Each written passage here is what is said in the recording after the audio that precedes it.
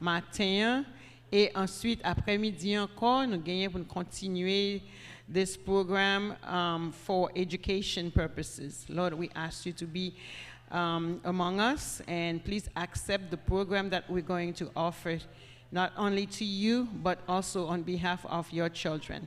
We thank you. We ask you to please bless the panelists, bless the education department, and let everything that is going to be done today be acceptable to you, and instruct us, O Lord. In Jesus' name we pray. Amen. OK, sans plus tarder, nous allons passer avec Sœur Caroline, de tout ce qui peut aller présenter nous en guest speaker nous pour la soirée.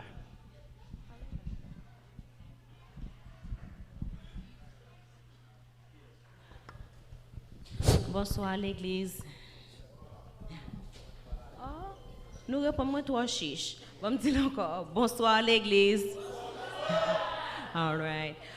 Li un plaisir pour nous l'après-midi pour nous apprendre l'un l'autre. Ti moun nou yo fan pile travail année ça. Li pas facile pour nous mêmes parents et nous connaît l'été 10 times 10 fois plus difficile pour eux mêmes. So we have to honor them and thank them and appreciate what they have accomplished. So après-midi, frère qui ensemble avec moi-même, nous te mettons tête nous ensemble pour nous te venir avec un table ronde côté tout le monde a joué nos bagages après-midi. So à soir, nous gagnons, m'a commencé bon droite moi, nous gagnons. Let me speak English. She doesn't. Hi, Samine. Oh, she doesn't speak Creole. My bad. So this is Samine Randolph. She's the Associate Director of Career Services for Purdue University Global. So she is here to talk to you about your career development, interviewing, professionalism, questions to ask, questions to not ask, and so on and so forth. Next, we have Edwin Michel.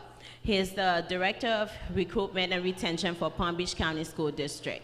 So he's here to talk to us about finances, but he also could piggyback off Samine as well, because he's on the other side. He's the person you're sitting in front of. Last, we have Vladimir Adonis.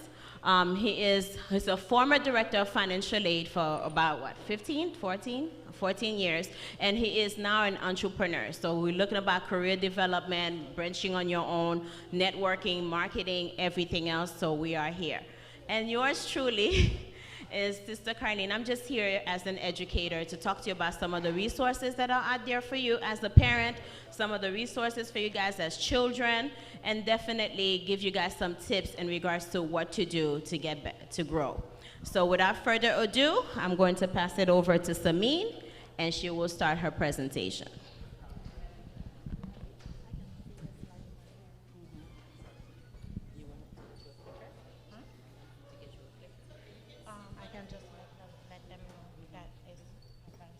Hello, good evening. Carlene has done a good job. Oh, thank you. Carlene has already did a good job with introducing me, so I don't know if I need to introduce myself again, but my name is Samine Randolph. I'm originally from the Virgin Islands. We don't speak Creole, but my husband's from St. Lucia. I was explaining to them, and they speak a broken Creole, kind of. So he would be more appropriate for this setting, but I can speak English, so hopefully you can follow along with me. I'm happy to speak with these children in particular because I'm from the Caribbean, and I think that it's very important that you children understand the importance of your education and progressing in life, because your parents, my parents, where they come from, they had a really hard foundation for the most part. So here, being in the US has provided you with some opportunities that they didn't have growing up. And I know they tell you that all the time, and they're on top of you about grades, and they're on top of you about the way you dress and the friends that you hang out with and the things that you do. All these things are important, but it's only because they are proud of you and they want to make sure that you are proud of yourself as well and you advance in life. So today I really want to talk to you about some career development tips to get you started with your career, because it might be a little bit soon, you think, but time really it advances really fast, and before you know it, you'll be in your 30s and trying to figure out what's next. So it's best that you start thinking about it now.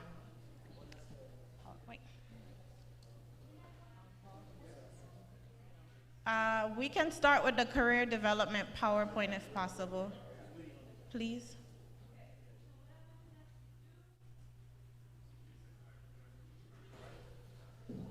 Here we go. Thank you.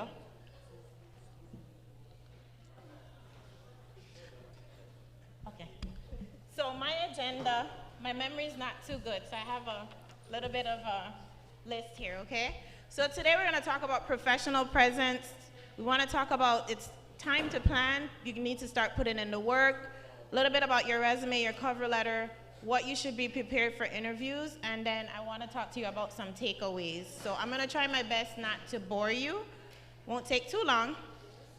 So professional presence, not because you're not in a professional setting means that you don't need to have professional presence.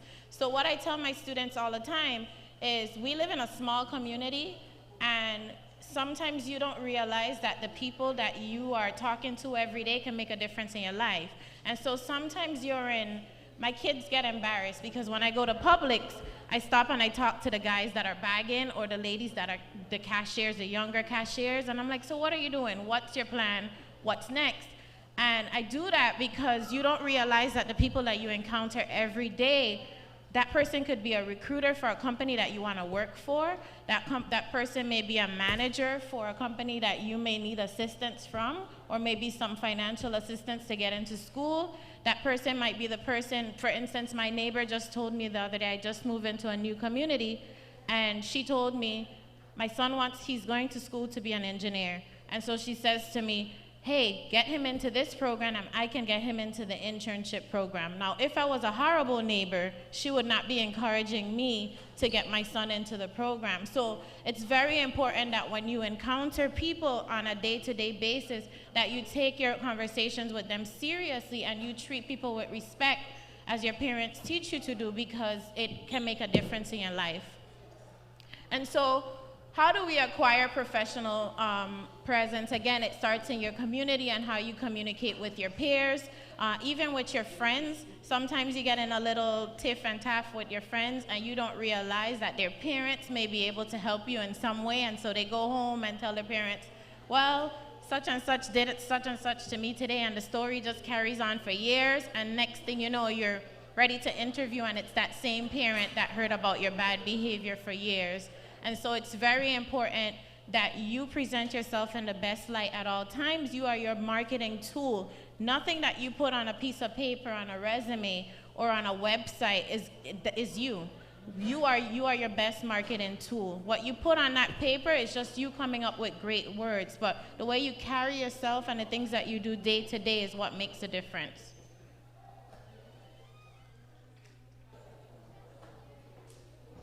It's not advancing. Here we go.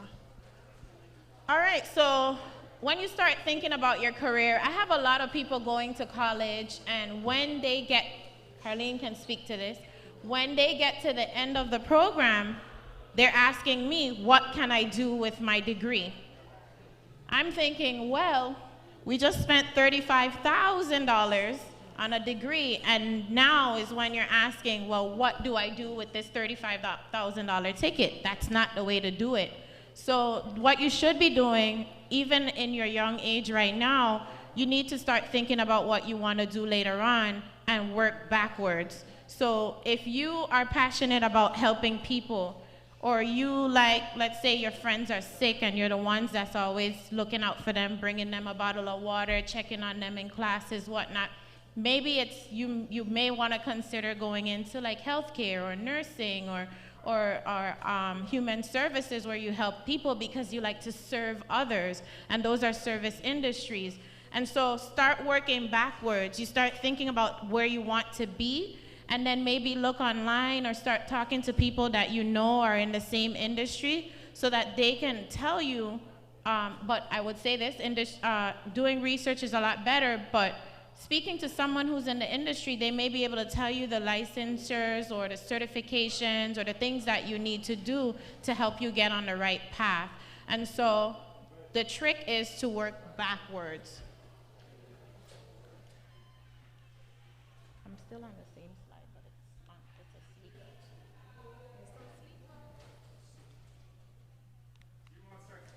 Okay. So you start to think backwards. You don't go into school and ask someone, well, which degree makes the most money, or where should I go to get work? You do the work on your own, and you work backwards to make sure that you're meeting the needs for that role. What I have is a lot of people who finish, I told you, the person who gets to the end, pay all this money, did the degree, did the classes, probably got straight A's throughout the entire program, and then they get to the end and they're like, well, what can I do? And I'm like, well, this degree prepares you to be a police officer. Well, miss, I don't want to be a police officer. And so now you've wasted all this time, you've wasted all this money, this effort into a degree that you can't use. Now, I'm not saying that just because you studied criminal justice means that you have to be a police officer or you need to work in public safety, but I'm saying that you need to be intentional about the things that you do in your life. And so every single thing that you do, you need to be strategic about it and start doing your research from now so that you can identify where you want to be. And some of that has to do with researching employers. And so you don't want to prepare yourself to become a nurse and there's no hospitals in the area. What's the point of that?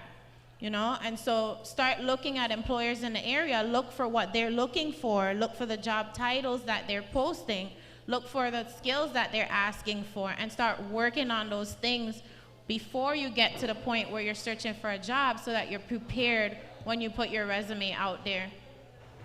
Now think about what can you contribute. So as I mentioned before, you know, that person who's a nurse has to love helping people.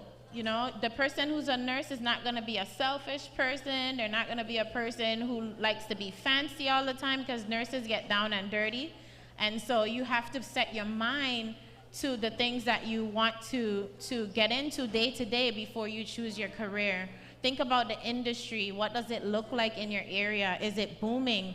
Right now, we see a lot of development in Fort Lauderdale. I live in Fort Lauderdale, so in Sunrise area, there's a lot of development. And so as me coming up as a professional, then I start looking, well, they're building all these buildings. Who's making the plans for these buildings? Who's coming up with the finances for these buildings? Who's managing these people? So you start thinking about how can you contribute and what can you do? And then you start looking on maybe the Fort Lauderdale government job site and look to see what they're hiring for, what they need, and how you can contribute to that. I think a lot of times people feel like because you're working for an employer that they need you, but you need them as well. And so you need to think about how you can contribute to their goals. Does that make sense? Makes sense.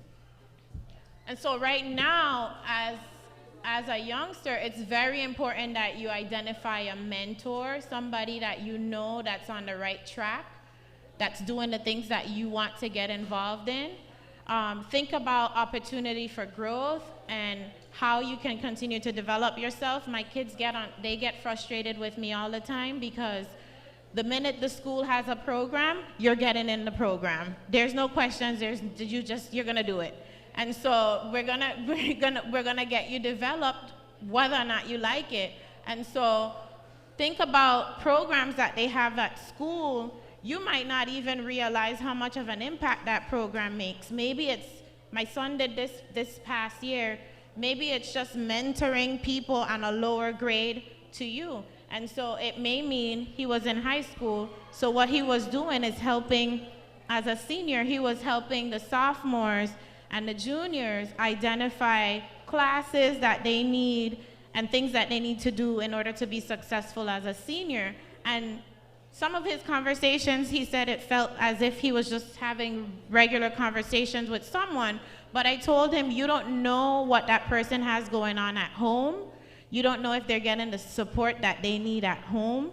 You don't know if they have a mom and dad at home like you do. You don't know if they have a warm food on the table at night, or someone to even talk to. So just taking the opportunity to mentor someone, you don't really know the impact that you're making on their life. So it's an opportunity for growth for him because he doesn't like to talk to people, but it forced him to get out of his comfort zone, and it also helps someone else move ahead, which is what you need to think about in your career. It's not selfish. It's not about how can I move ahead. It's about how can you help the next person as well. And so you start gaining work experience. I used to be at church when I was a kid. My mom had me at church Sunday morning, Sunday night, Saturday morning, Saturday night, Friday night, Tuesday night. And what I used to do is they would have me doing everything. I would be doing pantomime, and I would be teaching the younger kids. All of that is work experience. You don't realize it. It's leadership. You're learning how to communicate with people with different personalities. You're learning how to deal with sometimes some challenges that you might have. Maybe you're not having as many kids show up that night. How do I get the kids engaged? You have to figure out a plan for that. These are all ways to help develop professional skills. It might seem a little bit minimal right now, but it's something that's going to help you. It may not be something that you can even put on your resume, but it'll help you build the confidence and the skills that you need to move ahead later on. And so you start connecting with industry professionals. If you want to be a nurse, maybe you need to start talking to some nurses. Maybe you need to start connecting with some doctors. Maybe you need to pass by a school that's teaching nursing and start talking to the teachers that are teaching nursing, because 99.9% of the time, they were a nurse at one point in time too. And so connect with the right people so that you know what's going on in the industry, what to do, and how to get there. And also, we all love social media. Follow company pages on social media. Stop looking at your friends on TikTok and Instagram, and that's fun. But in addition to that, start looking at what other people in your industry are doing so that you can identify ways that you can be of service to them as well, because that's how you're gonna get ahead in your career. All right, does anyone know what's a resume? I'll ask the kids, you guys know what's a resume? No? It's okay, you can say no. I don't bite, I promise. No? Okay, so a resume, basically I'll give it to you. It's a piece of paper that tells someone what you have to offer their company, pretty much. It's a piece of paper, literally a piece of paper. And so, like I said, the work that you do on the back end is what matters. It's not what you put on the paper. But, however, in order to get a job, you have to have the skills to put on the piece of paper to identify your skills for that person who's looking for someone with that skill set. So some things that you want to do on your resume is you want to tailor your resume for each role. You can speak to this best. I was just hiring for a role, and it was one position available, and we had 400 people apply for the job. So the competition is thick. So imagine me on the other end, I'm looking for one person. I'm literally looking for a grain of salt in like a bowl of rice, you know? And so how do you do that? The computer systems do that for us now. So it's not me going through 400 resumes. It's not me looking through all of these resumes to find what I want. Some people put pictures on their resume, colors, because they feel as if it's gonna attract me, the recruiter on the back end. Maybe if she sees my face and I look friendly, she'll pull my resume out. Maybe if I put a picture of my kids and they're cute, she'll pull I see it all.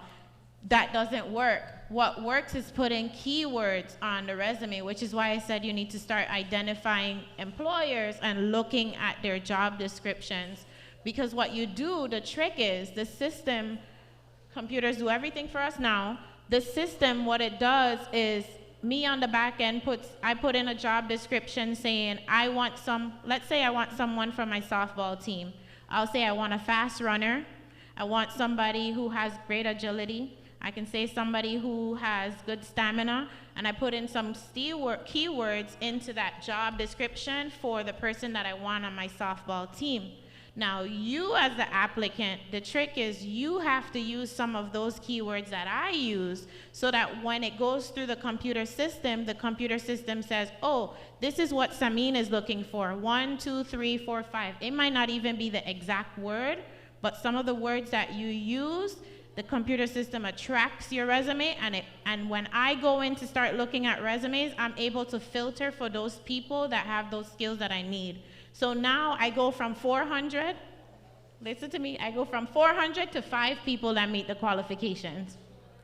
And so now I look at those 5 resumes and I start identifying those people who really, really meet what I need for that role.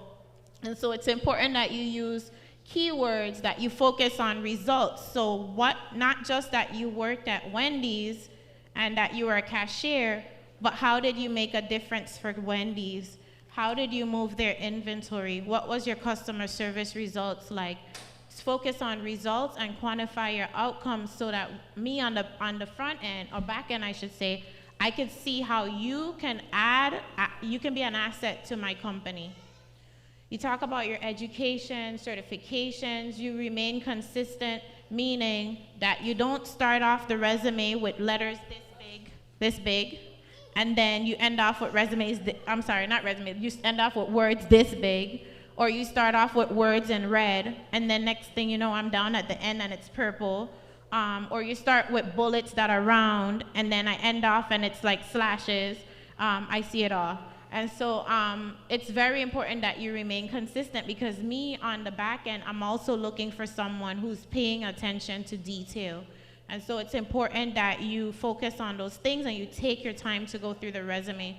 Also, there's not a one-size-fits-all resume, meaning you don't sit down today, create a resume, and then apply for 1,500 jobs and go, oh, somebody's gonna call me. It doesn't work that way, because remember, again, the computer system is doing the work for you.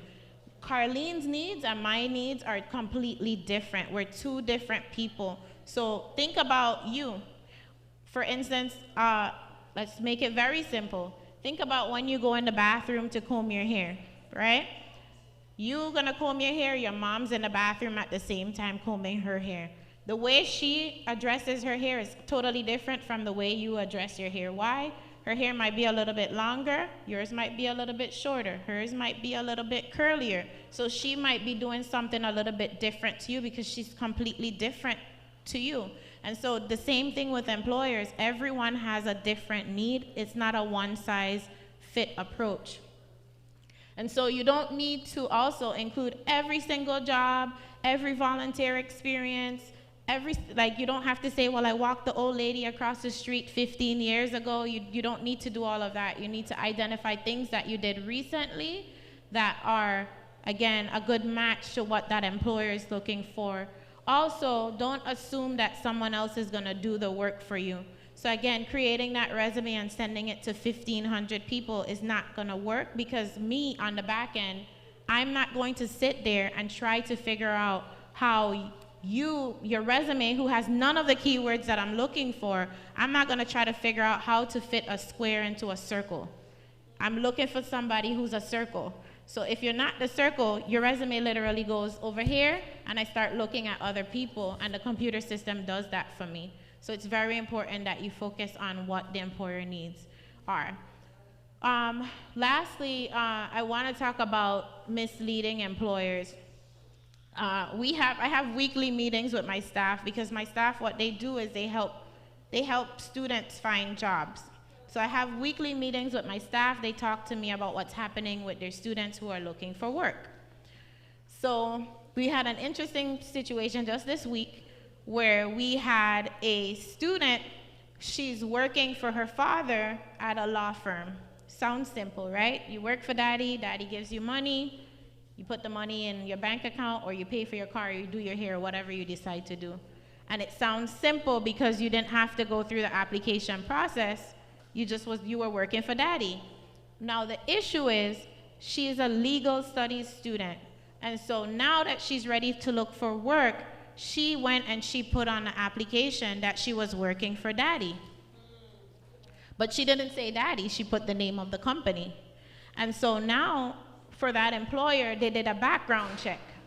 And so with the background check, it means that they go back years and years to see what she was doing before she got to them. And so now they're doing this background check, and they ask her to submit some tax forms showing that she had been working at ABC Company.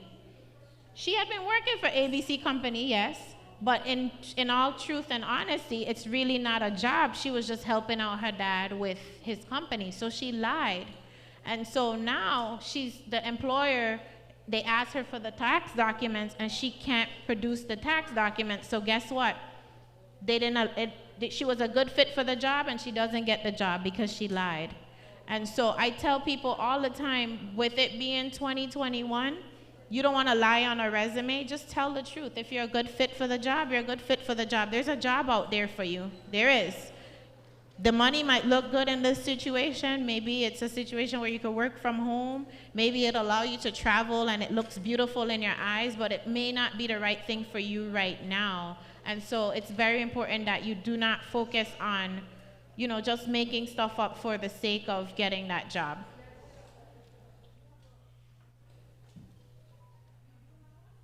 It's frozen again.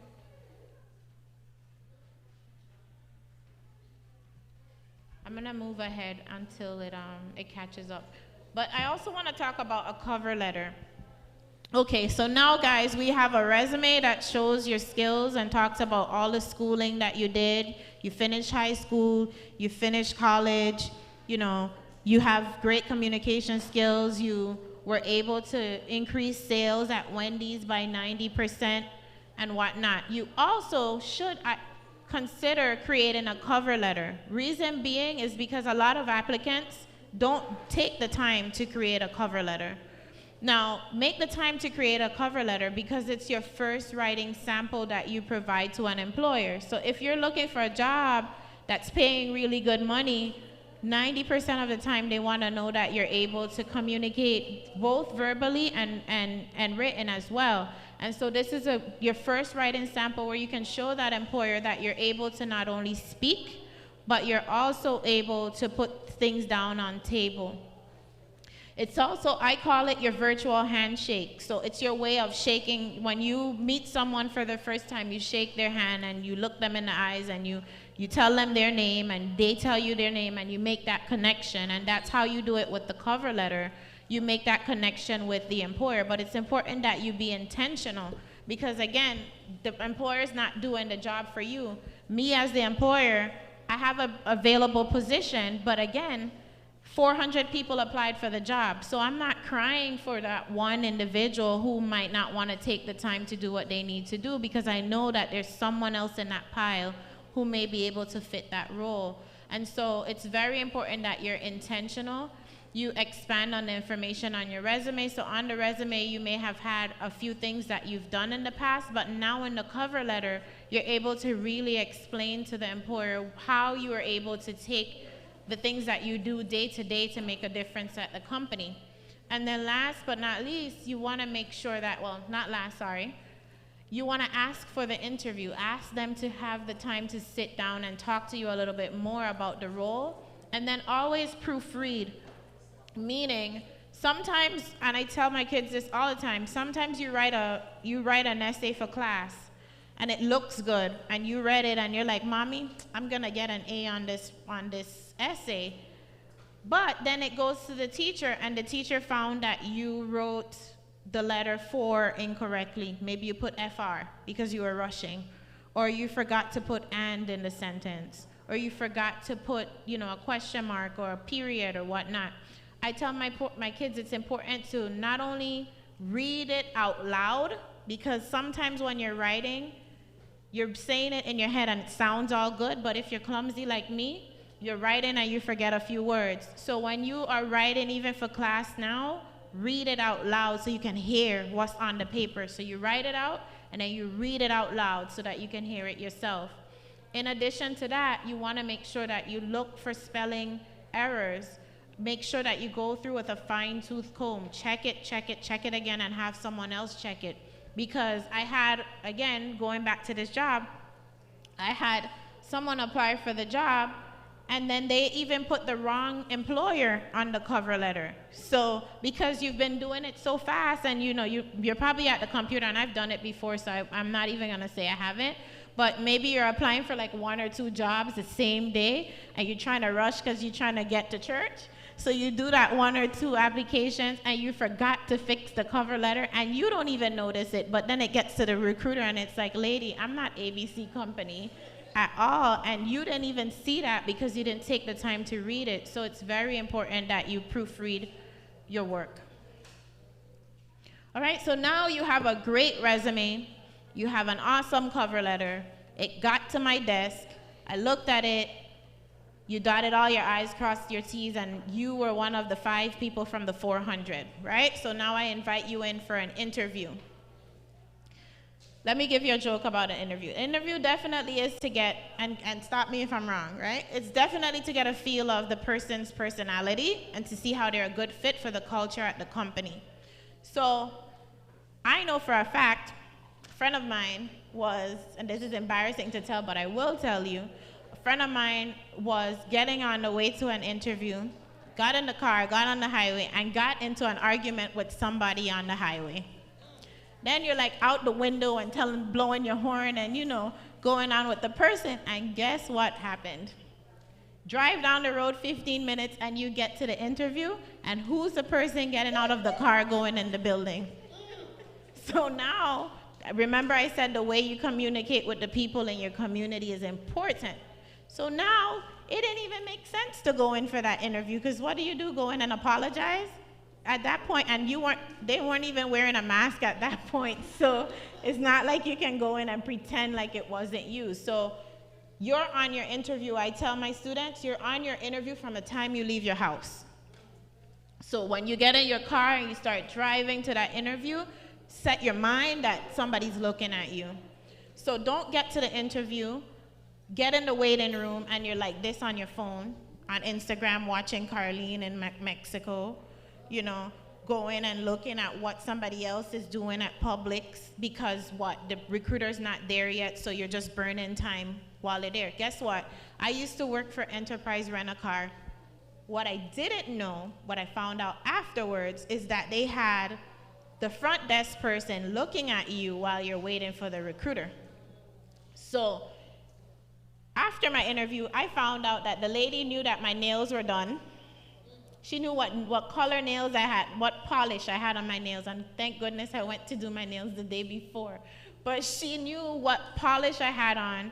She knew that my cell phone was in my bag. She knew that I was sitting down reading the documents that was on the middle table, and the notes were on the interview paper. When I went in, it was already on the interview paper for the recruiter. So the person at the front desk that sometimes you don't even say good morning to, that person might be the person to let that recruiter know whether or not you should even get the job. So that's why it's important that when you go into a building, you say good morning to even the person cleaning up. You say good afternoon to the person who's opening the door. You talk to whomever. You just be friendly. It's what we're supposed to do with people. You treat people like people.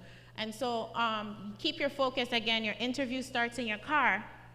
And so from your car, you set your mind on, I want this job, I need this job, these are the things I need to do. Be prepared, be 15 to 20 minutes prior to your schedule. I always fool myself and say that if they tell me it's 5 o'clock, in my mind it's a 4:30 interview, so because I know I could be late sometimes. So I tell myself it's a 4:30 interview so that I get there, and even if I'm sitting in the parking lot for 5, which you should do, sit in the parking lot for a few minutes just to get your thoughts right before you get out the car, so you're not anxious and you're not going over your words, going over your words in your mind when you get in the building. You definitely want to be there on time.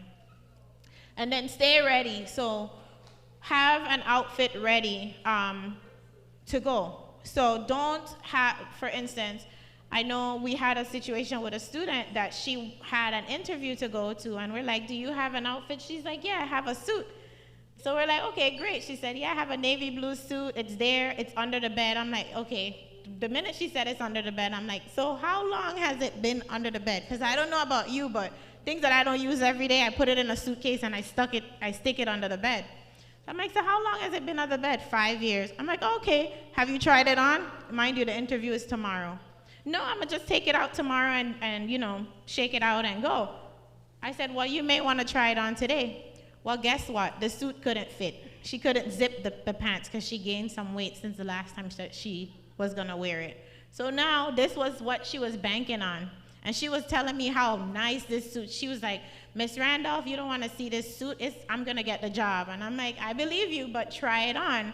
And so she had to run to go to JCPenney, true story, run to go to JCPenney, try to get some slacks, try to get a shirt together. She didn't have the bomb suit anymore. She just ended up with some slacks on the top, which is fine. But plan ahead of time and make sure that you know what you're wearing. All right? Another thing is, when you're talking to the recruiter, it's important to pay attention to what that person is saying. That person is telling you what they need without you even knowing. So they're asking you certain questions. The questions may be geared towards, they may be asking you how you communicate with people. They may be asking you how you do with metrics, meaning how do you do with numbers and goals and so forth. They may be asking you how good you are with time management.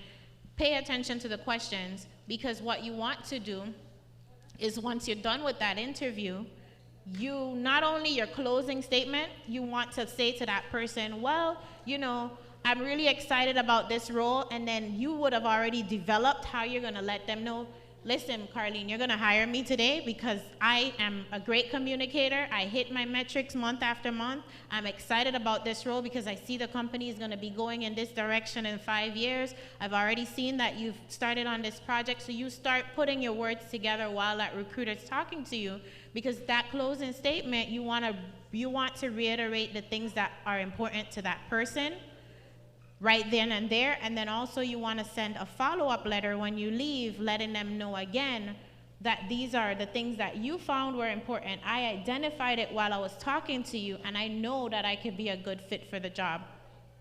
Now I put a fun fact for it because I'm a girls lady, I'm a girl power lady, right? And so Forbes magazine reported that men apply for a job when they meet, I believe it's 60% of the qualification, versus women apply if they meet 100% of the qualifications.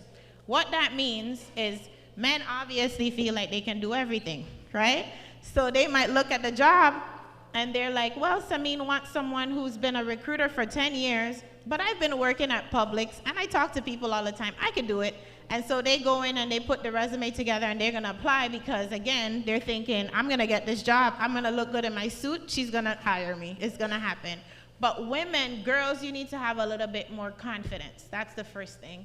The second thing is you need to also think about the things that you do day to day. And again, you may not have been a recruiter like the guy in the position, but you have some transferable skills, meaning you have some things that you do every day that can contribute to that same role. And so rather than looking at it and going, well, it's not exactly what they need, and so you don't apply for the job and you kind of walk away upset about it, really think about the job, really think about the things that you do day to day and apply. I mean, the worst thing that can happen is you get a no. But again, you want to make sure that you tailor your resume to the role. So I'm not telling you to just take the resume, throw it in the pile and be like, she's gonna call me because I'm cute. That's what my daughter says for everything. I'm gonna get it because I'm cute, right? No, it's not because you're cute. It's what you put on the paper and it connects you to that. It shows a direct connection between you and the work that you're looking for. All right, so here's what I want for you to take away from this. Your education is very important. I know that I work at a university, and I hope the parents don't get upset with me for saying this, but I'm gonna say it. I work at a university, but it doesn't mean that going to a university is a step for every single body. Think about what you want to do. I have some friends who don't do well in school, and so they didn't go to college, but they were the people from the very beginning who had a plan in place. And so now they have a business, they're entrepreneurs, they're able to go on vacation, they're able to take time off whenever they want to. They're living the life, but they're working hard at the same time because they did the work on the back end. Whereas me, I'm good at school, and I know I'm good at school. And so I identified where I'm good, and I worked on those things, and I took the route of going to college. But education doesn't have to look as you going into a building to find what you need. Education is you connecting with the right people to get the skill sets that you need. Education is you diving into your community to help out, to build your skill sets. Education is you getting involved and just learning. You sitting right now here today with us is you're learning. So education is just taking the time to listen and take in what you can while you can. And that's gonna help you develop the skills that you need and even to identify the interest. Sometimes you talk to some people, you don't even, sometimes they're talking to you about, let's say, the stock market. And you're, in your mind, you're like, I don't care about the stock market, I'm bored. Don't think about it that way, because you don't know what you could get out of that conversation. So listen to what they're saying. You might walk away from the table and not use what they're saying, but at least listen to what they're saying, because then you never know if 10 years down the line you can use it. And so I really want to encourage you to take this time to start developing yourself and make your parents proud. Make us proud as a Caribbean community to see that, you know, you're well dressed and you're going into your business, that you have 10 people that you hired for the role, that you helped 10 people get into college because you made the money and you were able to give scholarships. Really take the time and do what's right for your future. Thank you.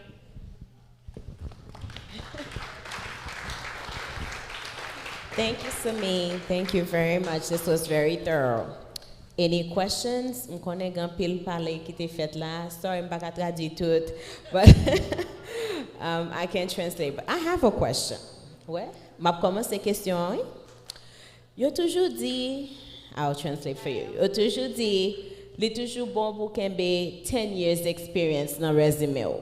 So toujours dit, pas aller plus que 10. You know, toujours mette job ou, they elaborate. So, you know, they always say, keep your resume about 10 years, nothing more. So, Edwin can respond ça pour nous too, because he's an HR personnel. So, let's hear from Samin and Edwin on that question. Do you recommend the 10 years? So, let's say my skill set is not 10 years for that specific job. What advice would you give? Well, for me, what I tell my students is it doesn't have to be 10 years of experience. 10 years shows stability. So it does show that you may have been with a company for 10 years. It looks good that you have good tenure. But if you let's say you were hopping from job to job to job, that looks bad. And so what I do is, again, there's a resume for every single role. So you might be applying for a job at Wendy's, and let's say you never worked in retail before, but you may have worked 6 months well, not 6 months, let's give it a year. Maybe you worked a year at Publix. That's kind of related. So what I do is I create a resume that's specific to that position. So it's not just a resume showing all of your career, your professional background, but it's a resume that's showing exactly related experience to that job that you're looking for. Now the recruiter is gonna, when they get you in the seat, they're gonna start asking you about things that you did in the past. But guess what? You already got pulled in for the interview. So now that's the point for you to look cute and for you to say the right things, so that you can make sure that you charm them and you get what you need out of that interview. But the point is to get out of the yes, no, or maybe pile that goes through the computer system for me. Is that what it is? I mean, I have to agree. It's I can't add too much to that, except for if you're in a situation, it gets more strategic. This is a difficult question, actually. Okay. So if you don't have the 10-year experience, to your point earlier, you don't say, I'm not going to apply to the job, because usually you find situations where it doesn't really, we put the best out there, but no one hits the best. So you do your best to market yourself. And what you do, for example, let's say you have 3 years, but you have a great university background. Then you put all your education up front and you make them see that first, because to the point that was made earlier, it takes about 5 seconds for them to go to your resume, right? So, so I'll speak a little bit of Creole, but si bien oblige connaître ça yo besoin dans job là, et les demande pour ça, c'est pas exactement ça yo demande pour, c'est ça yo voulait. But ça oblige faire, c'est oblige okay. Oh, thank you. So you have to make sure that you put your best foot forward. And every resume is going to be a little bit different, but you are marketing yourself, right? So I think that's the best way to explain that. It is actually a very difficult question to answer. On a l'autre question encore. Nous pas poser des questions, mais pose des questions pour nous. Qui sont dit pour yon moun qui pas habitué travail. So a stay-at-home mom qui à l'école konya and now they want to enter the professional world.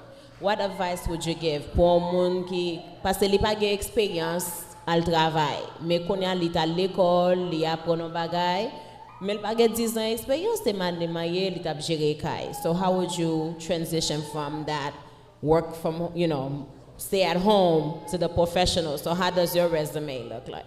So it's not the fact that you're a stay-at-home mom, and I think a lot of people underestimate being a stay-at-home mom. That's the first thing.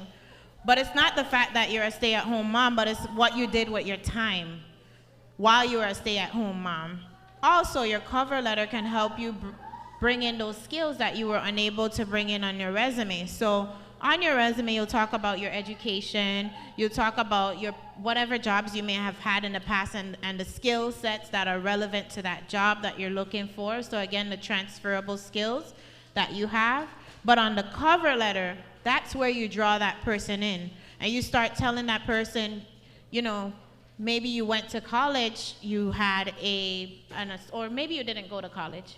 Maybe you decided to take the route that you're going to become an entrepreneur straight out of high school. That's the opportunity to tell the person that you had an entrepreneurial spirit. This is what you did. You were able to develop this company. During the time that you were out, you were able to raise a family of 5. You managed the budget for the family. You took the family from earning $5,000 a year to $10,000 per year, but it's a trick on words. So it's what are you saying to attract that person? It's like dating. When the guy tell you look good, you're pretty, yeah, I love your makeup, whatever, and then you do that, and he already draws you in. And so that's what you do with the cover letter and the resume is you try to attract that person by you don't highlight the negative, you highlight the positive and the things that you can bring to the table. Thank you, Samine. Je pense que je ne connais pas l'autre question encore. Je pose des questions. So, même si vous pas travail avant ça, si on a besoin de travail, on peut toujours parler d'expérience là, genre de manager, genre budget, so get financial experience. Chaque temps monsieur a un travail, bon l'argent, c'est au même qui gère Kaila, c'est au même qui gère tout bagage ça. So you have management skills, you have financial skills, you have all these things, even though c'est un monde qui rete la kay k'ap gérer un foyer.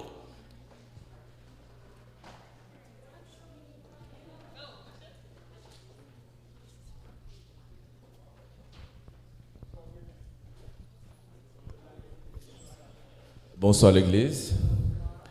Yeah, when I'm writing my resume, one of the things that I always do, for example, I'm a music director at the church. I provide service to the church. I put that on my resume.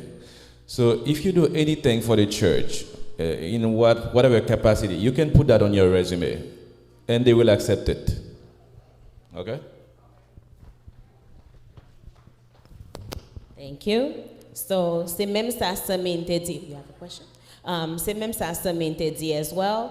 Les nous nan quoi nous même qui dans éclair word, si moun nous qui dans éclair word, nous même qu'a fait tout bail ça yo, c'est expérience yo yé. Nous apprendre comment pour nous parler avec l'autre. C'est pas tout le temps nous d'accord. C'est pas tout le temps nous bagay yo même gens. C'est pas tout le temps, le chef en guide, tout le monde vini. Mais qui sorte, comment tu gères la situation, comment tu parles à parents ça, comment motiver tout le monde ça yo. Tout ça, c'est expérience ou gagner que vous capable venir ou mettre dans le résumé ou bien lors dans interview ou capable parler de yo pour faire moun nan ouais comment ou même c'est un asset accompagner yo. Like around what age can you apply for your resume? Like, as soon as you're out of college? So, as far as you sound like you need a resume today. So, as soon as you can start working, you can start creating your resume. So right now, the things that you're doing, as the gentleman said, you're here at church, maybe you volunteer and you do some stuff. You can say that you go to XYZ. I'm assuming you're in middle school about that? So you say you go to middle school, you talk about the things that you volunteer at church and the amount of time that you've been doing that. But it's when your resume is really when you're starting to look for a job or you're trying to apply for colleges. That's when you start developing your resume. Can I add to that? This is actually a really good question because everyone sees a resume sometimes as just a one-time thing where they submit, but it is a living, it's a living document. So it's the best way to capture what you're doing. So I would start it now for that very reason, because by the time you get to the point where you actually are applying for a job, you've iterated through or you've updated it several times, right? So obligé start resume ou konya la. Every single day, you want to say, what have I accomplished? What have I done, right? And from that, not only does it help you remember what you've done and accomplished, but it actually helps you with yourself. Because as you put it down, you actually start to understand what you want and what you've done, right? Le écrit, ça ou fait, wap connaît, ça ou vle, right? It's a very important process. You write it down, you see it, now you know you want something else because now you've updated it and you could see a path. So it's a very important question, I think, to remember to start that today. Amber, si nous va gagner, thank you so much. Oh, go question, Simona. Okay. I speak loud. Yes, I agree with the principal, and anything that we do, whether in church or volunteer work, really count, because I remember my first management job as a nurse was because I spent 19 years working as a women ministry coordinator, and I did so many leadership classes, so many leadership skills, even though my background was business management, but they didn't even look at the business management skills because it was a long time ago and that wasn't even in the country. So they really, when they see that for 19 years, I've been a leader of women ministry, working with, my conference, that was a drawdown. So I got the job among other people who applied just because of that. So there is nothing that we're doing in church or in the community that is really, we're not going to miss. All right, so Nundi, we say a thank you to Samin for coming out here and sharing her wealth of knowledge with us. So now we know what to do, what not to do, how to conduct ourselves when we go to an interview. So I'm going to kick it to Vladimir Donis, who will talk to our kids in regards to financial aid. I know school year is getting ready to start, our upcoming seniors, and much more.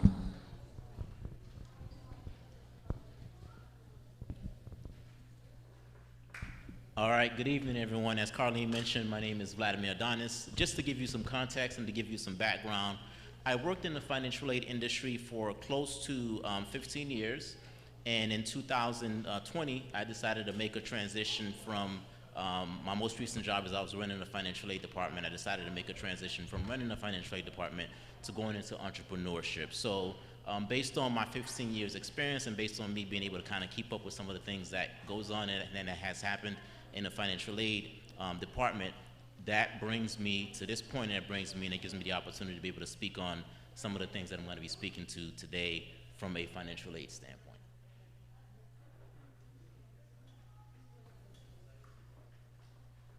What happened?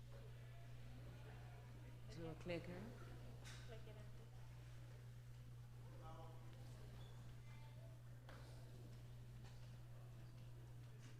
Try looking back there. No, Obviously, using the clicker is not my expertise, but I'm learning.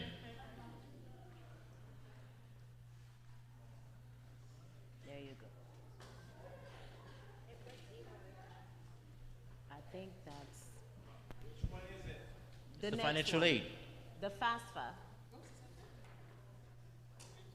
The Financial Aid Foundation, FAFSA Foundation.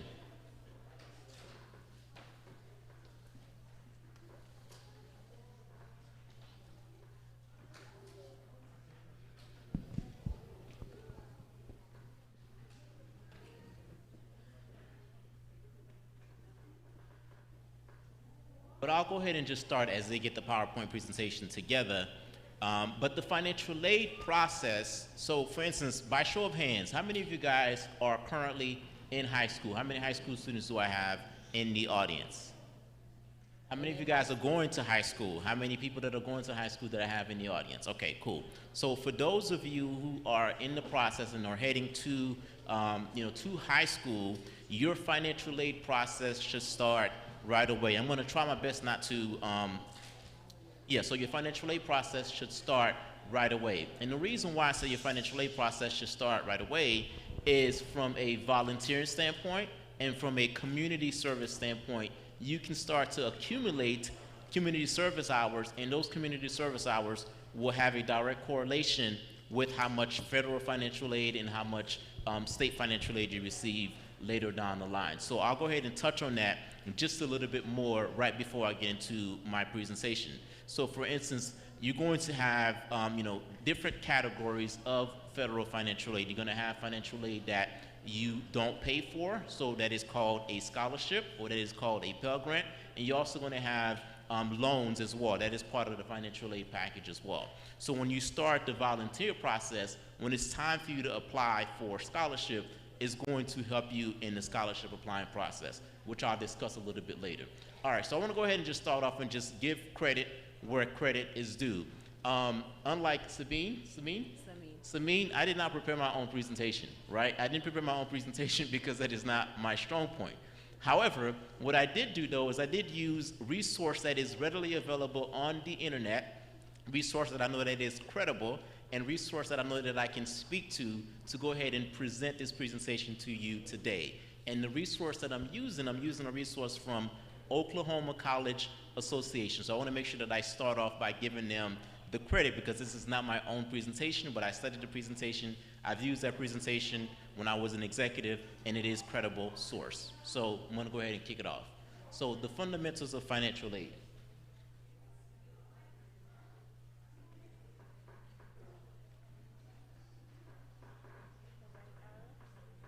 The right arrow. Go up a little bit more.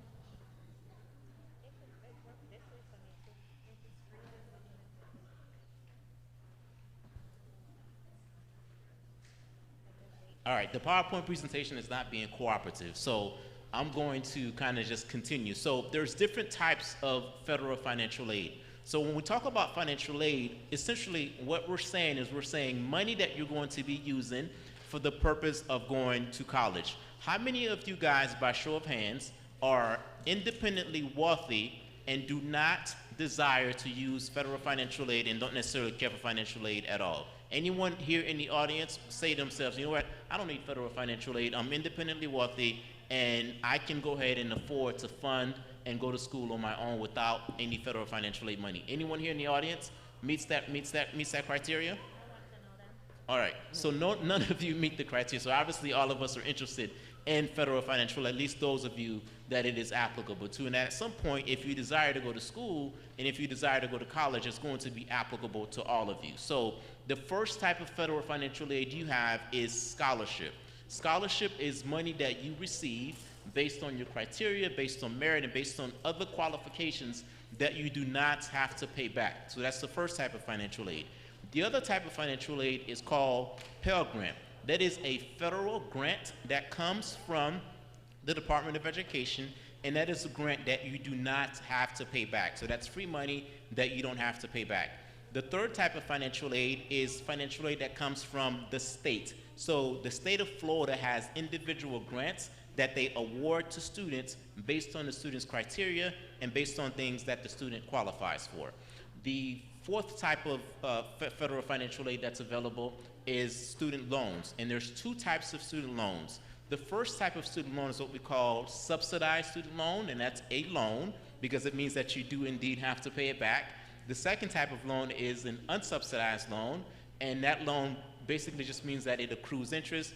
And then the final type of loan is a parent plus loan. That means that that loan is in the parent name, and the parent is going to essentially take responsibility for that loan. So those are the different types of financial aid that are available. And as I continue with my presentation, I'll go ahead and go in a little bit deeper as to what those type of loans mean and in which instances you're going to qualify for those different types of loans. So let me go ahead and try to see if this PowerPoint thing will work.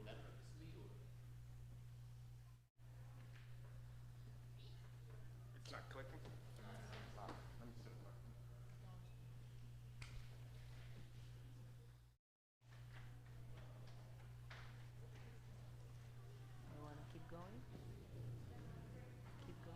All right, so I'll keep going. So one of the first things that you would need as part of the financial aid process. So earlier today, I indicated that your financial aid process starts right away.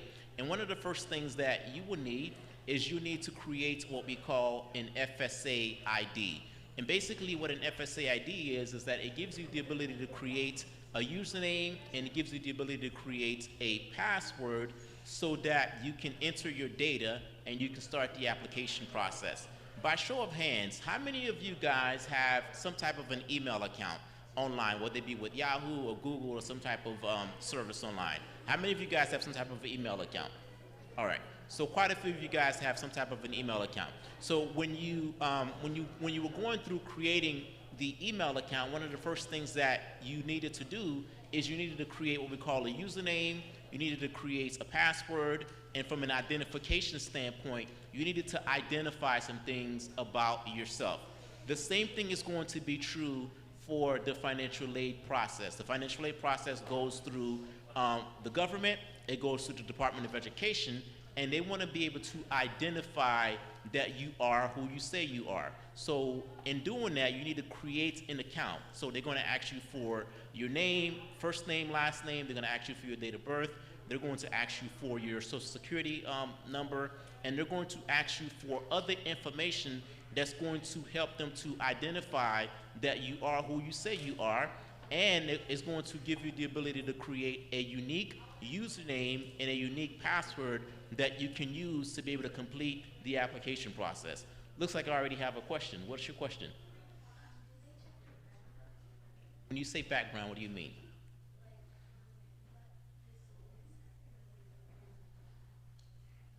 Financial aid doesn't necessarily check your background, but here is what financial aid does indeed, check.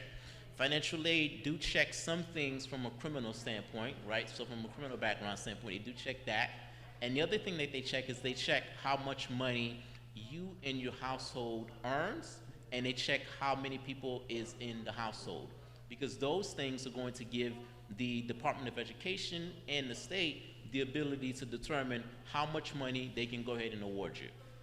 So, I would say it is of good practice, right, to be a good, good citizen and to try to do the right things. Because when you do the right things, obviously it's going to have a direct impact on your ability to gain a job, and it also is going to have a direct impact on your ability to receive federal financial aid and so on and so forth. So for instance, the more volunteer hours you do, the ability for you to receive certain grants is going to enhance, because the committee and the group of individuals that's reviewing your application when you apply for a scholarship, they're going to say, okay, this individual has put in, 300 hours of volunteer hours. So this person has shown that they have a community service spirit, and for that reason, the likelihood of you receiving that type of a scholarship compared to someone who did 50 hours of community service is going to be just that much better. So, whenever possible, you want to be as best of a citizen as possible, because that's going to have a direct impact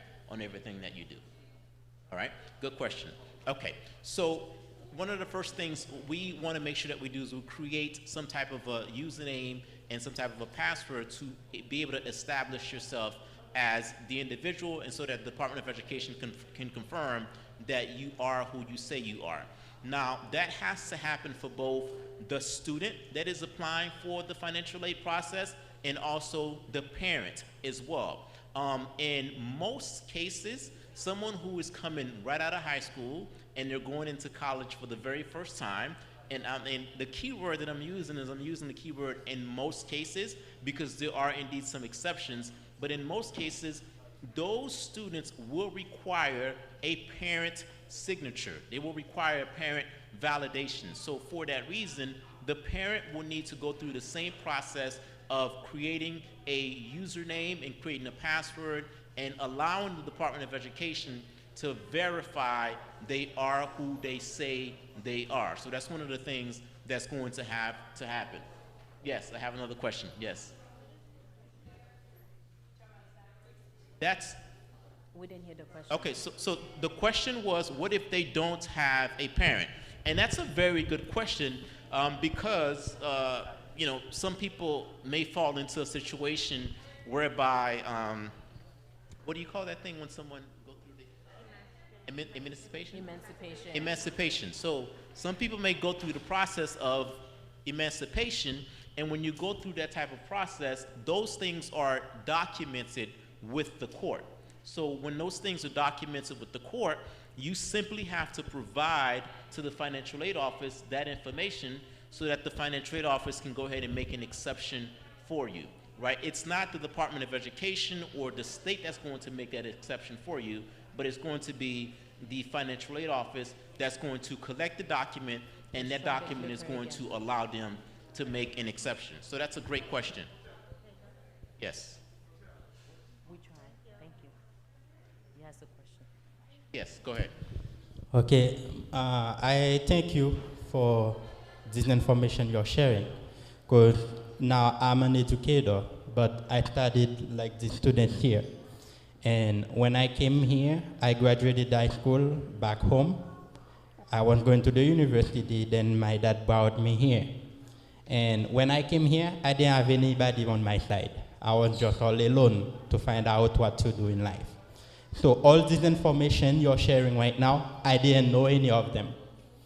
I didn't even know how to look for scholarships, and I was performing very well.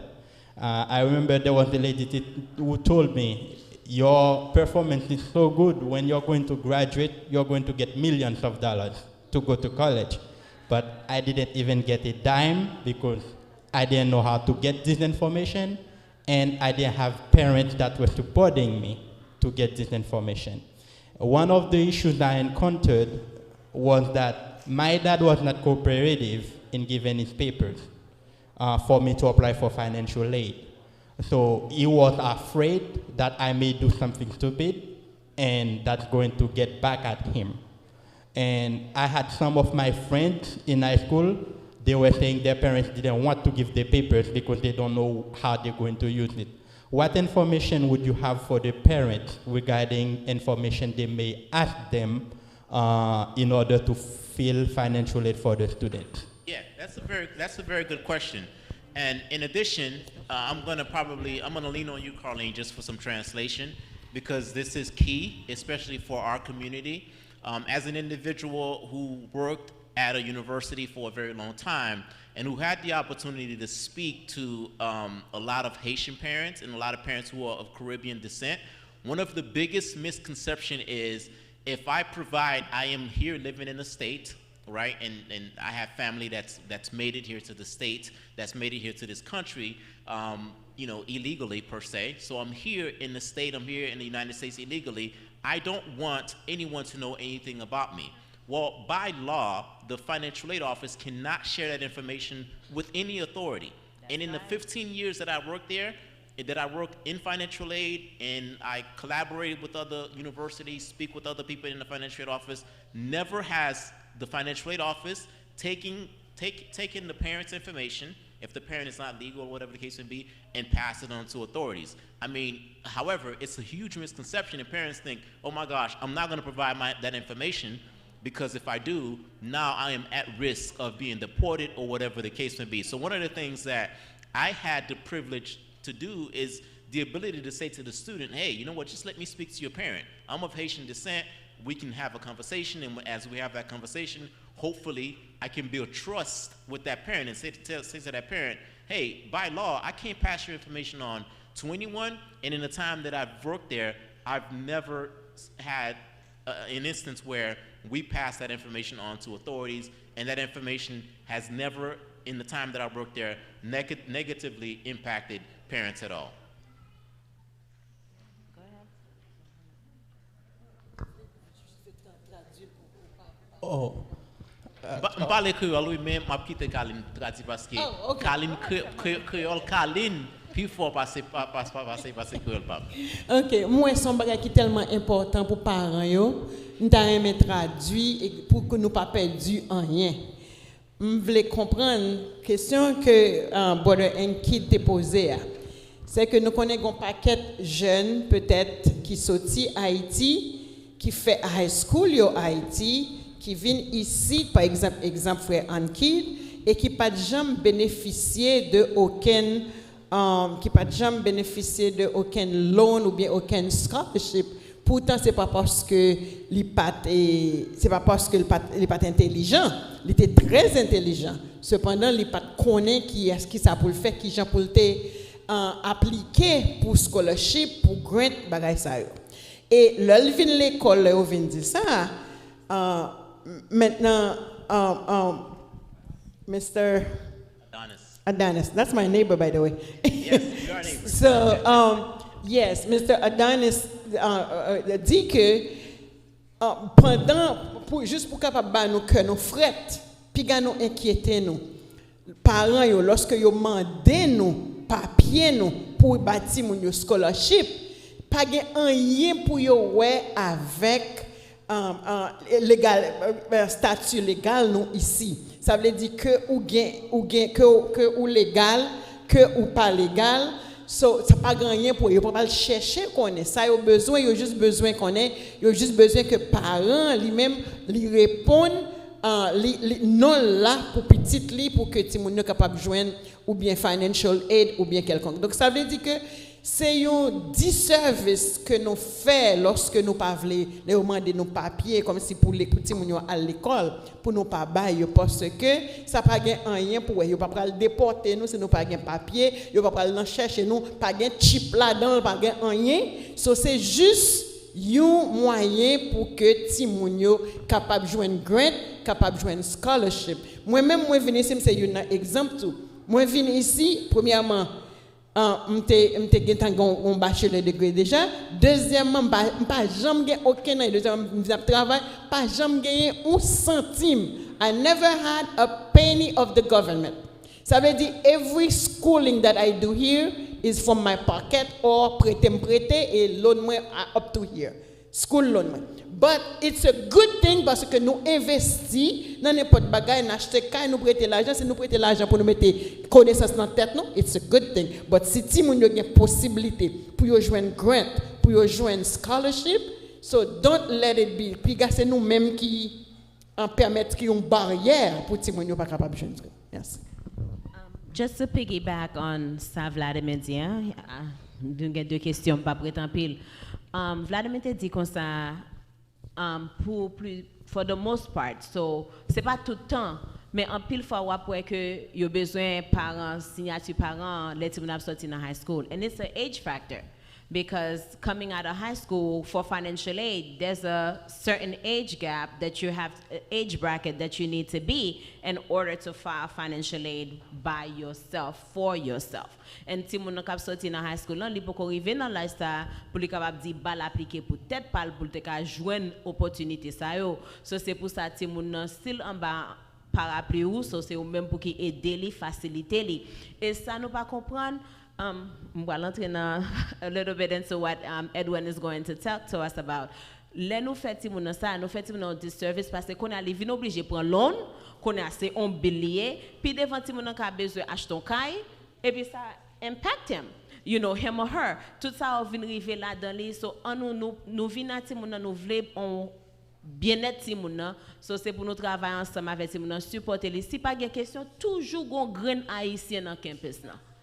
Ou ap jouer non grain quand même. So sou pour qu'on arrive pas sentir à l'aise, chercher grain haïtien ça, pose des questions. OK, nous avons deux questions à l'assemblée, n'a prend Sandra. Oh, toi. Okay. I know that you addressed the immigration part of it, but a lot of them are afraid of not paying it back. So the lien on the house or whatever the case may be after they're done or if they didn't finish school. I think that would be part of the concern. Yeah, that's a good point. So again, that's a huge, one of the things that keeps our students from having any level of success is just a misconception from the parents, to be very honest with you.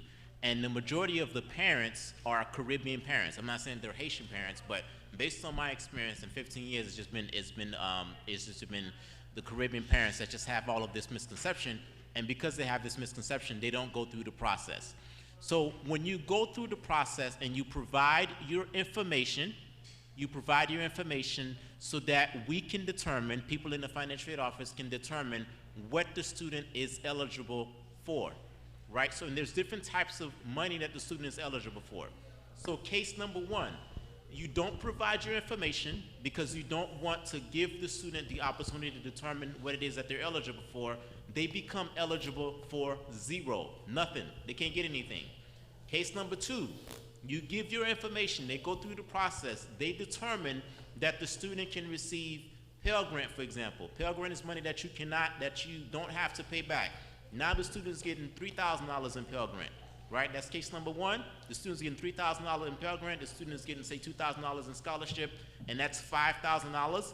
Let's say that $5,000 is not enough for the student to go to school, then the additional fund source that's available at that time can be what we call a parent plus loan. And let's just say the school costs $6,000 for the year. $3,000 is what the student got in grants. $2,000 is what the student got in scholarship. Now there's a $1,000 balance, right? So if there's a $1,000 balance, there's two options. Option number one, the parent can decide to take out a parent loan.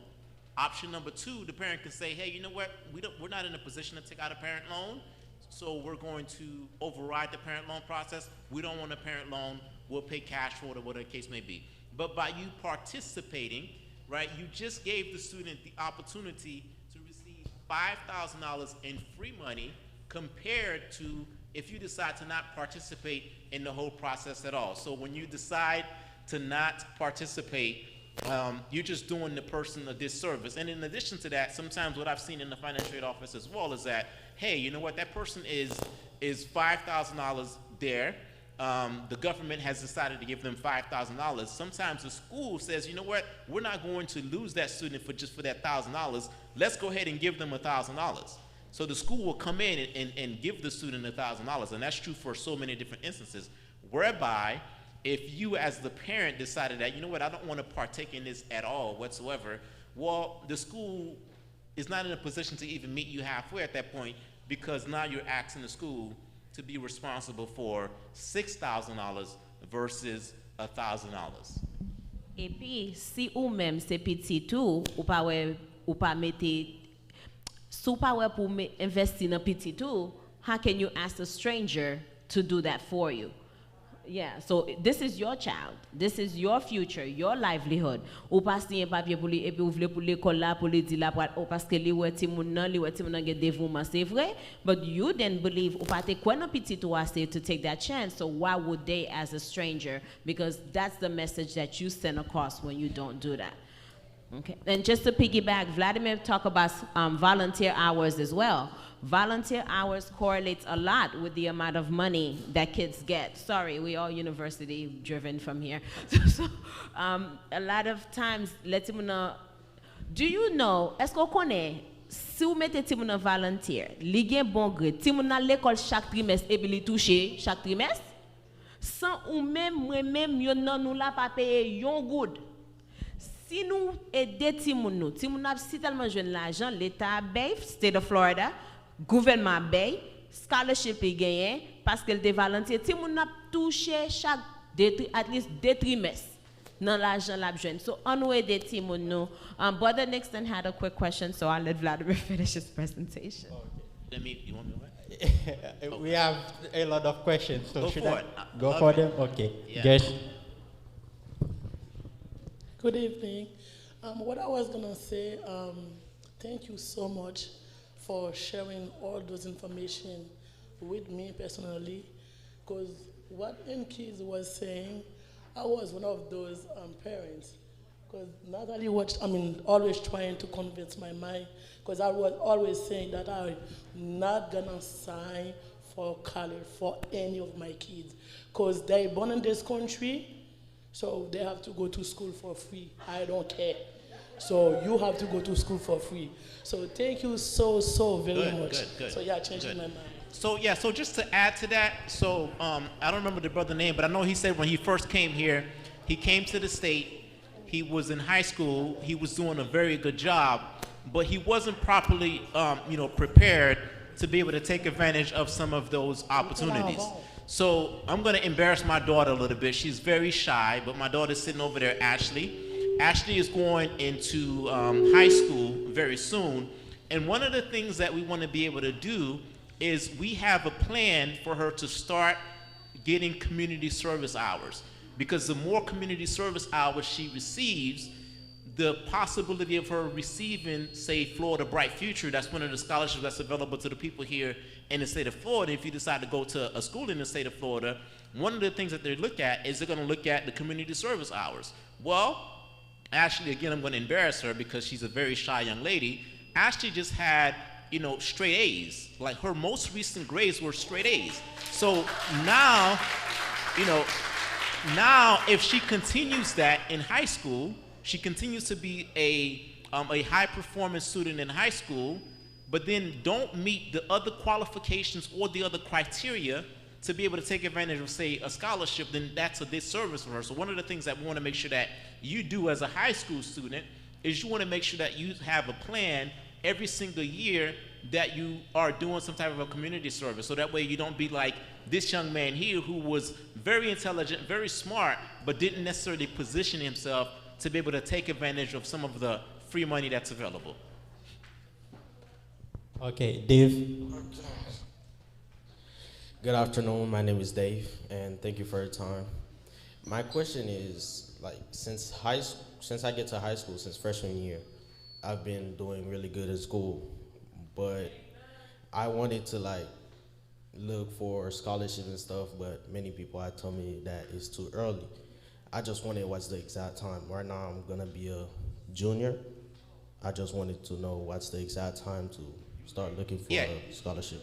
It's not too early, right? So you want to go ahead and start the process as soon as possible, right? You want to start applying as soon as possible. Make it a habit. Once a week, apply for some type of a scholarship. But then again, it's not just about applying for scholarships, right? It's about making sure that you meet the criteria. So you want to make sure that you're doing the work, you're doing the community service hours, and you're doing the work in school. And in addition to that, you're applying for scholarships. So you can start that process as soon as possible, and it's not too early. As soon as you're in high school, start the process. Just to kind of just correlate with building a resume. Right? We were talking about, there was a young man earlier today that said, hey, you know what? At what point should I start building my resume? And the fact that he already asked that question is that you should be starting to build his resume right away. So start building that portfolio of applying for scholarship and positioning yourself so that way you can receive this financial aid, money that is available to you. Good afternoon. I'm Nixon, but I just want to thank the panel for doing a wonderful job, and you guys for taking time coming here and to educate us about things that matters and help the kids understand how the features can be structured in a way where they won't have to break the bank. But as a financial advisor, I didn't hear you talk about the 529 when we were talking about grants and student loans. And 529 is another plan that parents can control. In the sense, let's say if the parents decided to invest on their child, they save $200 a month. So that's mean by the time the kid's 18, finish with high school, they can have close to $45,000 in the bank ready for the kids. Let's say hypothetically, if they decided $500, if they say, okay, I'm gonna put aside $500 for my kids till they're ready to go to college. You do it once a month. So that's when they will bring them up to $108,000. So if your kids are struggling, they're not qualified financial aid, so they're not having good grades, so you don't always have to take the options, get a loan. But you also can go ahead and start saving money in a way, and the 529 plan, when you put that money in there, sometimes they invest the money and give it back to you. So then we have Florida Prepaid College also. So, but the 529 plan, it's a little, and that's like no tax at all whatsoever when it's ready for the kids to go ahead and take their own money and pay the dorms and pay the college, university, the books, everything that they want. That's another option that they do have. So we need that, all the parents need to understand that. So the notion that you can't do it, that's not an option. So that's when every single one of us or every parent here can start with a plan, can start with something somewhere, and to help the kids reach their goal, go to college, be something, whatever they desire to be. So one question I want to ask you, but when we talk about scholarship, we talk about the essence, but I don't hear the details. So some of the kids, you don't tell me, what are some scholarships? Because a lot of kids, they think playing sports is the only thing they can get a scholarship for. So there are a bunch of things. You can get a scholarship for writing. We can get scholarship for many things out there, for being disabled. So we just give us an idea, what are some things that they can get scholarship for and they can get loans for. So a lot of those kids, they think like, at their age, right now, there are things that they can do and they can go ahead and start working towards that. Yeah, certainly. That's definitely a good point. Yeah, there's many different scholarships that are out there that's based on your merit, that's based on your skills, and that's just based on your unique ability, right? So you have unique skills, you have unique things, and all of those things, there's organizations, and unfortunately, there's scholarship money every single year that just goes unclaimed. And the reason why it goes unclaimed is because we have individuals that are not necessarily taking the initiative to apply for those individual scholarships. All of you guys here, I would assume, are very internet savvy and are very web savvy. And for that reason, you want to just start using the web as a resource to be able to look for scholarships. There's scholarships that's specific to you living in the town of Lake Worth. There's scholarship that's specific to you being of Haitian descent. There's scholarship that's specific to you belonging to a group of church. So there's so many different scholarships that are available out there, but you just have to make sure that you do your due diligence and to be able to apply to them. So fastweb.com, I think that's one of the resources that's probably listed in my presentation, but fastweb.com is one of the places where you go to and they just list so many different scholarships. And then there's Florida, floridaweb.com, Florida specific scholarships. And then you want to look at your city hall, the city of Lake Worth, the city of Boynton. All of those individual city halls and stuff have scholarships as well. So there's no shortage of scholarships. You just want to make sure that you use the resource. And we have a great resource at our fingertip. It's called the internet. Use it and be able to apply for as many scholarships as possible. Thank you. À propos de parents qui te refusé par petite là papier pour aller à l'école là, nous devons ça c'est un peu égoïste parce que si que c'est petit monde qui priorité, je pense que tu as fait un pas en avant pour te cap gain information pour te cap assurer que ou pas de problème et que on va faire sacrifice pour petit monde. Ça c'est une vieille tendance on série de parents haïtiens gagnent depuis le m'a grandi en dehors dans des pas gars qui même dit pas mettre petit monde dans l'école pour pas voler papier tel. Donc bagay ça faut que nous suspendre avec eux surtout pour notre temps ça. Si petit monde c'est priorité que lié on va faire une étape en avant pour qu'il capable jouer une opportunité. Then for those of you guys who go into college, I've made so many mistakes when it comes to loan. If you don't need the loan, don't take it. Don't take it to buy a car if it's not necessary. Don't take it to go on vacation. If you don't have the money, how can you talk about vacation? This is stupid. And they make it so much easier for you to take loans in college. It's there. Do you need it? Click accept. Boom. It's in your account. And then once you graduate, after 6 months, you will know. You will go through all the financial hardship that I went through. I've made the mistake for you. Don't make it. If you don't need the loan, don't take. If there is a condo that is being sold that you think you can buy, right, with the loan, buy it. Not for a car. because a condo is an investment. If you can invest that money and get good money in return and pay it back, go for it. Don't take loan to go on vacation, to please your friends, to have a big party, right? Lavish spending, don't do that. This is foolishness. We have a bunch of questions and we're running out of time. Oh, yeah, it is.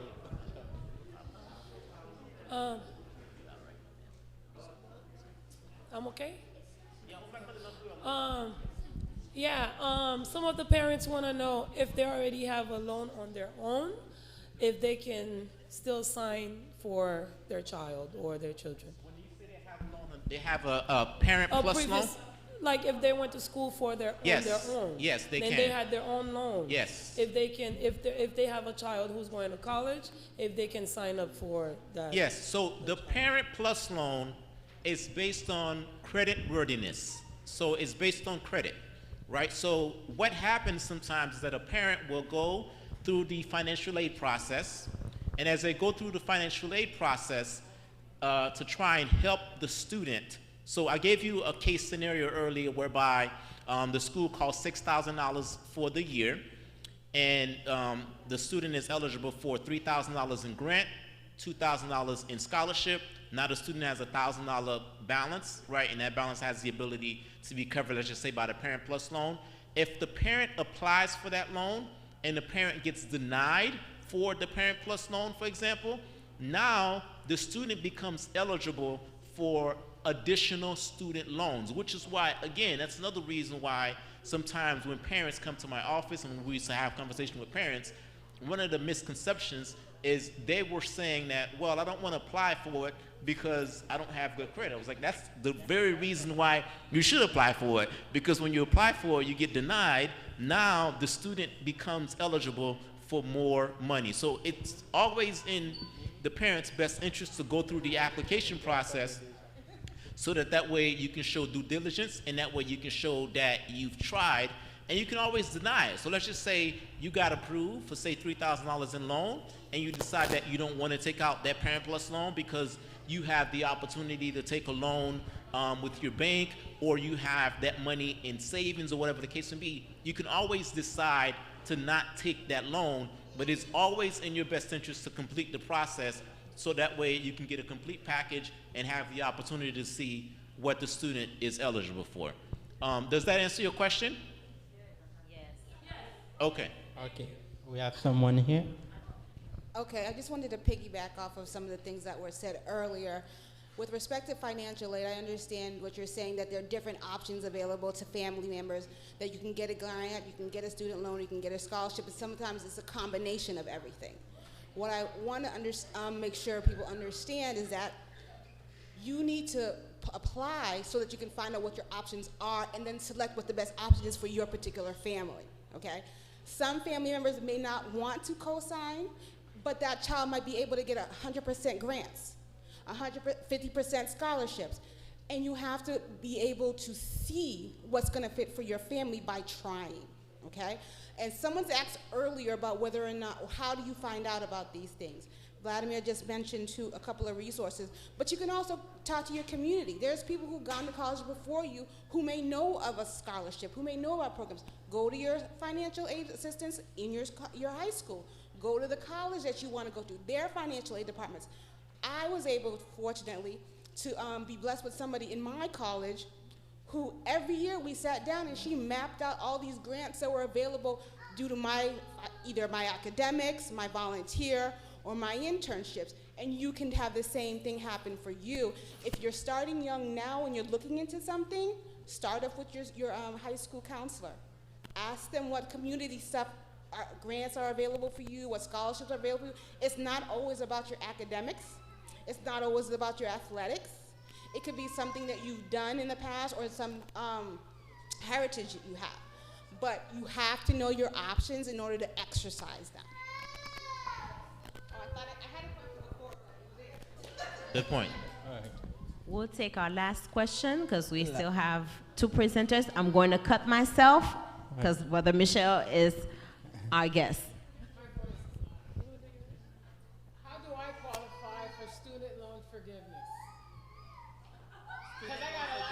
Well, sometimes that's industry specific. What industry are you in now? What industry do you work in? You work in healthcare. All right, so by you working in healthcare and by you working as a nurse, you should be able to contact the Department of Education or whoever you have your loans with and work in conjunction with your human resource department, because there's payment plans that's contingent upon you making a certain amount of repayment, right? And based on that, you may be eligible. I see that you shaking your head before I even finished my statement. Why? Well, that's what I'm saying. So that's where you start, though. You start with the person that lends you the money, because sometimes the Department of Education starts off with lending you the money, and sometimes the Department of Education sends that money to a servicer, so someone else that's servicing the loan, right? So you have those individuals, and then in addition to that, you have your human resource department. So someone who is in healthcare, right? You're saying you're trying to. So your statement is you're trying to get it forgiven, right? You may not necessarily get it forgiven off right, but what if they told you that, hey, for the next 3 years, if you make consecutive payments and remain employed with your employer, now all of a sudden you're eligible for forgiveness? Well, you're much better off than paying it for the next, 20 plus years or whatever the case may be. So I would say definitely speak to your human resource department in conjunction with your loan servicing company.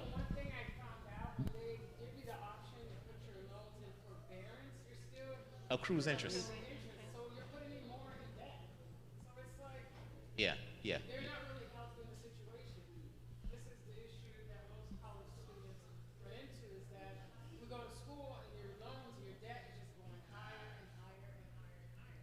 Deferment is the To figure out to get myself out of the hole before I move forward. deferment is the best way to go. Hold on, Simi. From experience, though, you could work ahead of that. And correct me if I'm wrong, because I'm not the financial aid expert. But I know the mistakes that I made, the gentleman that sat here. You could work ahead of that. I remember when I was in college, they were encouraging me when I got my bachelor's to become a teacher in the state, and told me if I worked for the state for X amount of years, then they would, I was still in school. So I could have worked ahead of it, but I was trying to get out of New York, and I was done with the winter. But you can get in. Right now, I work for a nonprofit, and if I work there for 10 years, my student loans are forgiven. However, it's not 100%. To Vladimir's point, I do have to make a certain amount of payments for a certain amount of time in order for them to consider me for that forgiveness. So you still have to put in the work somewhat. You have to meet them in the middle. But I would prefer doing that versus paying the entire loan. Yeah, because you're going to be working in health. I'm guessing, right? You're going to be working in healthcare for, I don't know. Are you leaving healthcare anytime soon? I'm sorry? But I'm saying, are you leaving healthcare anytime soon, though? Probably not, right? All right, so the fact that you are in healthcare and the fact that you have student loans, that is one of the categories that qualifies, right, for a certain level of forgiveness. And so for that reason, you should be, making that work in your best interest, because someone who is in business, for example, right, if I'm in a business field, I don't have that same qualification. Someone who is, working in some other industry, they don't have that same ability. So the fact that you are in healthcare, not-for-profit, and or education, you have put yourself in a position to be able to take advantage of some type of a forgiveness, whereby some other industries don't. So while you are in that industry, you may have been in that industry for a couple of years, I don't know how long you've been in that industry, right? That's time that you could be using to work in your favor and to allow you to have that, that forgiveness that you're trying to get. I understand that it's not overnight. It's a process, but at least it's a process that you can take advantage of that some of us in other industries can't necessarily take advantage of. And to talk about being strategic too. So you want to leave healthcare, but where are you going? And is it going to be of your advantage later on? So you want to leave healthcare because you're saying they don't pay, but you might end up going for a for-profit company that's And lose paying that you benefit. now. But guess what? The money that they're paying you got to pay back the student loan. So you have to kind of meet them in the middle and figure out, well, what's my next? Be strategic. I want to leave healthcare, but I may want to get into education, or I may want to get into a nonprofit, because at the end of the day, my biggest goal is to get rid of the student loan. Yep. I was just about to say that as well. And the repayment never said that you had to pay the maximum amount.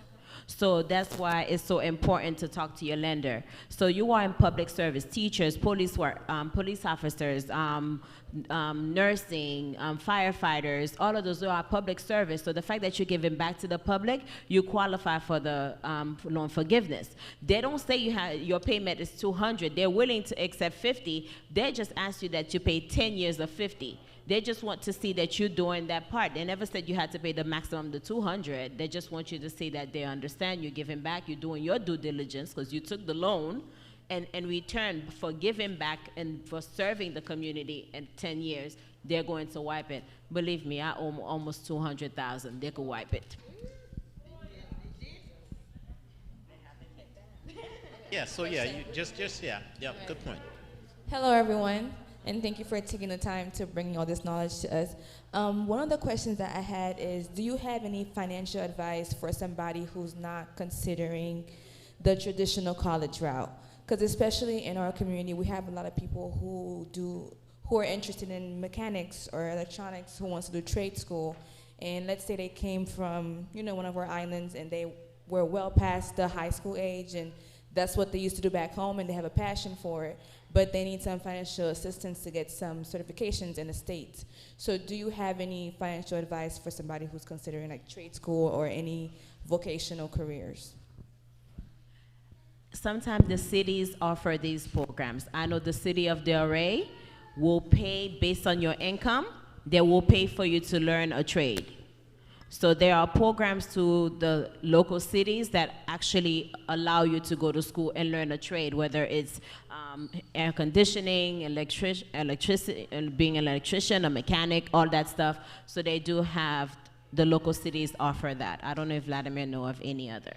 Yeah, so in addition to that, if I'm going to a trade school, I'm going to say I have a couple of options. So option number one, I have the trade school that is not accredited by the Department of Education and thereby don't have the ability to award people federal financial aid. So that's one type of trade school that does indeed exist.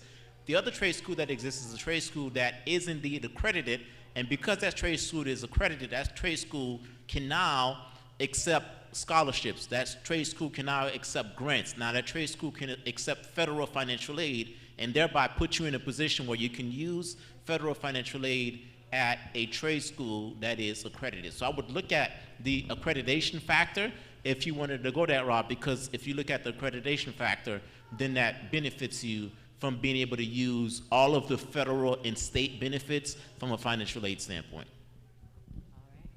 Thank you so much, Vladimir. We have one last presenter for this evening. So sorry. He came from far, so I'm not letting Mr. Edwin go. Edwin, temps pour oui, parler bon petit créole, parler bon petit anglais. No. Well, thank you. And if we can get the presentation changed also.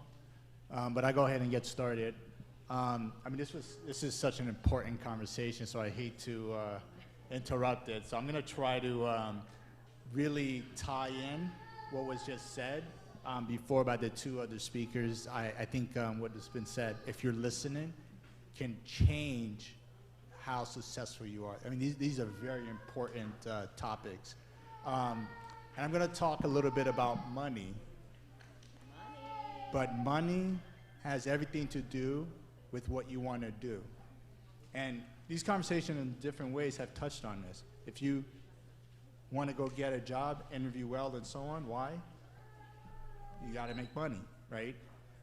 Financial aid, you need money to go to college so you can get work, so you can get money, right? And although it's all about money, ultimately it's all about what you want to accomplish. In other words, it's all about your dreams. So if I'm a pastor and I want to start a church, I have to figure out how to get money, right? To start the church, to keep it going, and to increase my congregation. If I'm into NGOs and not-for-profits, for example, I personally have a lot of ambitions to start schools back in Haiti. If I want to do that, how do I do that? Money, right? So a lot of what I want to talk about is how you tie these in. But first and foremost, you have to start with what you want to do. Because if you don't know what you want to do, you can't get there. So I'll use an example, and I'll engage a little bit. I want to get to New York by Monday. How do I do that? Somebody, anybody, or I'll pick someone. What was that? I need transportation, okay, by car. I need a car. What else do I need? Why do I need the money? Yeah, I heard tickets, but yeah, I need some money. I gotta eat. Gas. I need gas. What else do I need? Do I know where New York is? What do I need? A map. I need a map. I need to study the map, so I need to take some time to understand the map. So if I say I want to go to New York, can I just get up tomorrow and go to New York? No, I have to get ready. I have to plan. I got to get the map. I need the money. I need the car. I need, how much gas? Do I need to stop somewhere?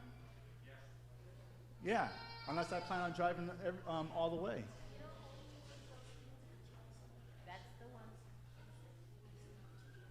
Exactly. I need extra clothes. Now we're starting to think. Now, this is just to get to New York. Now, if I ask you what your goal is next year, how do you get there? Do anybody know? Yes. Give me an example. So I start brainstorming what I want to accomplish next year, by next year, and how do I get to that? We'll put this together. So let's say for next year, if I want to be self-employed, I want to go ahead and not work anymore. So there are things I want to go ahead and put in place and say, okay, if I want to do this, this is the elements that I can start with. And then those elements is what they can produce.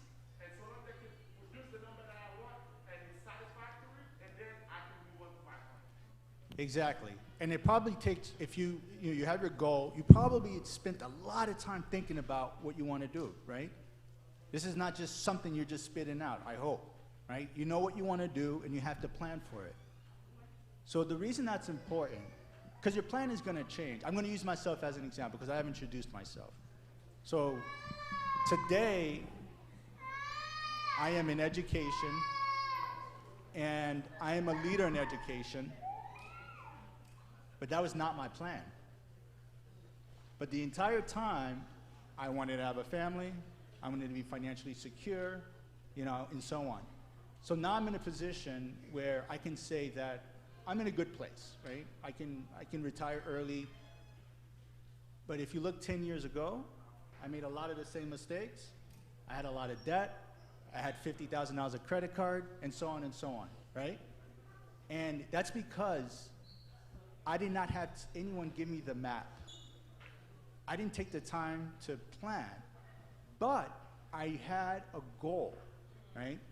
So my goal when I was in high school was one of the big threes, right? If you have Haitian descent, doctor, lawyer, engineer. Guess what? I was supposed to be a doctor. I went to college to become a doctor. And then as I became a doctor, I decided that I was going to be an engineer. So I actually graduated and I was an engineer. And then as an engineer, I started going for my law degree. So I tried to do all three. But I wasted a lot of time. And a lot of money, right? Because the problem is I was trying to do the big three. How many people think that if you're a doctor, you'll be rich? Does anybody think that? What do you do to become rich? Anybody knows? He said invest in. What's that? You work hard. Okay, working hard. What else do you need? Some money into it. That was the investing. What else do you need? Budgeting.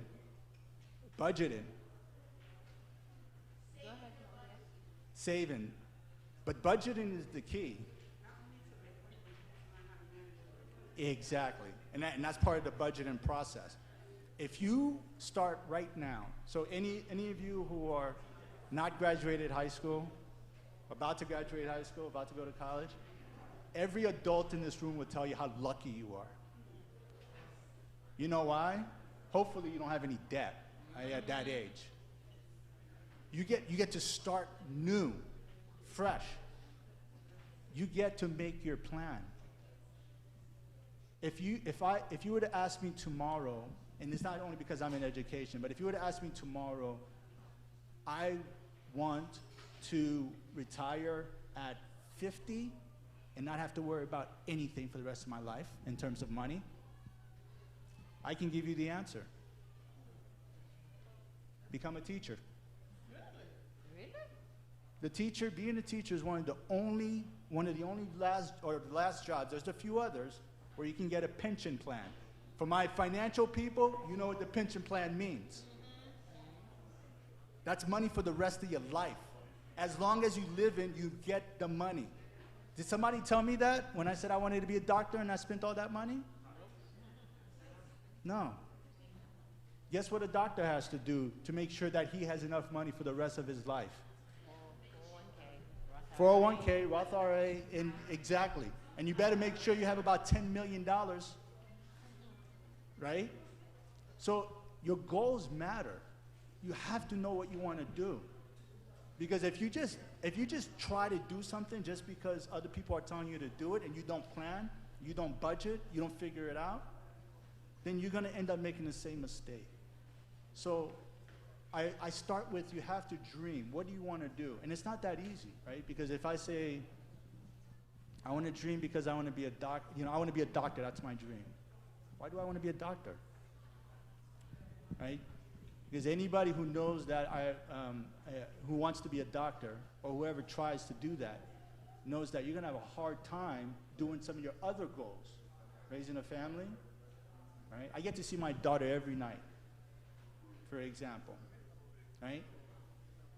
You don't know how hard that is when you're, because I had to do it for a while, when you have to work your butt off every single day, right? So that's an important goal, right? You want to take care of your family. You want to be there. All these things matter as your goals. You want to go back to your community. These are some of my goals, right? All that stuff matters. And if you don't think about it and you don't budget for it, because the budgeting piece of it is the next step, right? Because you got to figure out your goals. Because once you figure out your goals, then you can figure out the money part. Then you can budget, then you can plan. Now for the adults who is saying, well, it's too late for me. I have all this debt I can't get out of, so it's my kids. I would say that you still have a chance. I've done it myself. I've been in that scary place where I said, I made all the mistake anyone can make financially, and then I climbed out of that.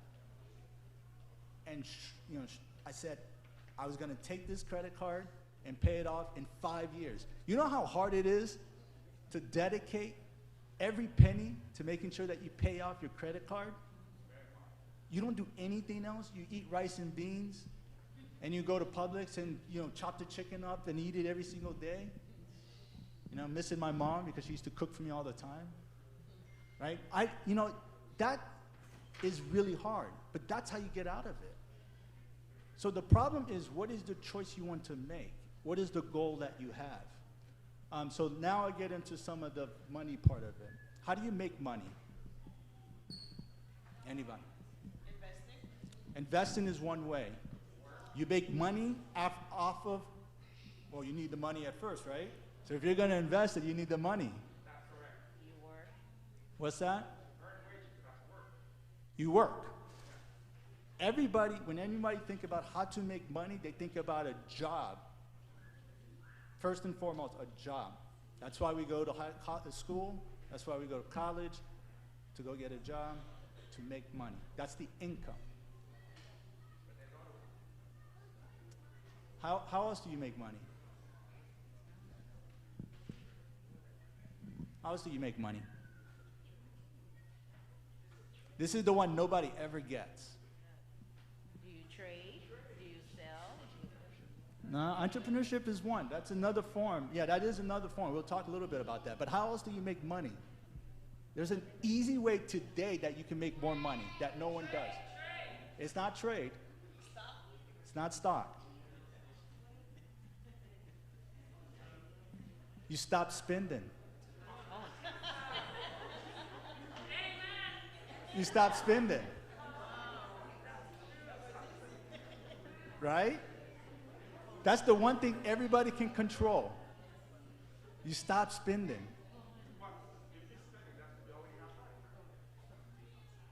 Well, I mean, again, if you make money off of it, right? So if you, I agree with you. Same thing with investing. You need money to make money in that case. You need a job, right? But that's why this is all the stuff we're talking about. That's why you have to go get a loan, potentially. But if you can get a grant and a scholarship, that you don't start off with a loan. I mean, it gets complicated. But every single step of the way, you're thinking about your future and you're thinking about what is the best position I can be in, right? But I can tell you the most difficult part is spending. And this is why, this is another reason why everybody who is going to graduate, this is another reason why you're so lucky, right? Is spending. Because guess what's one of the most expensive things you can have? Children. Right? Right? You have a house, you have a car, you have children. So you start to limit your ability or your options as that happens. So if you are going and you're starting your life now, listen. Because your options get narrower and narrower and narrower. It gets harder. It doesn't make it impossible, but it gets harder, right? Because if you want to go start a business, my friend here, I know how hard it is. I gotta beg the wife and say, please, I gotta take this loan out. This business is gonna be great. You're like, well, we have kids. You gotta take this loan to start this business. That's what I had to do. But you know how risky that is? And when you have a family to take care of? So you have to start before. That's part of the planning also, right? So when we talk about your ability to make good life choices, it's because it's going to hurt you later on. So now is the time to start thinking. What is your goal? What is your objective? And then you can start budgeting. Because if your goal is to make, let's say, $80,000 a year in 5-10 years, then there's different ways you can do that. You don't have to go to the most expensive college to do that. You can go to a trade school, and you can do better, because then you don't even have to pay that much money back. Right? So you got to know what your goal is before you start. So I'm going to move on here. We talked a little bit about the sources of income, and it's getting a little dated, but it's still a very important book. Rich Dad, Poor Dad. Anybody in finance knows the book. Anybody who's an entrepreneur probably knows the book. When you, as a community, so I'm the first generation American. My parents came here. And I can tell you that not having this information was a strong disadvantage. And I was born here, and that was hard.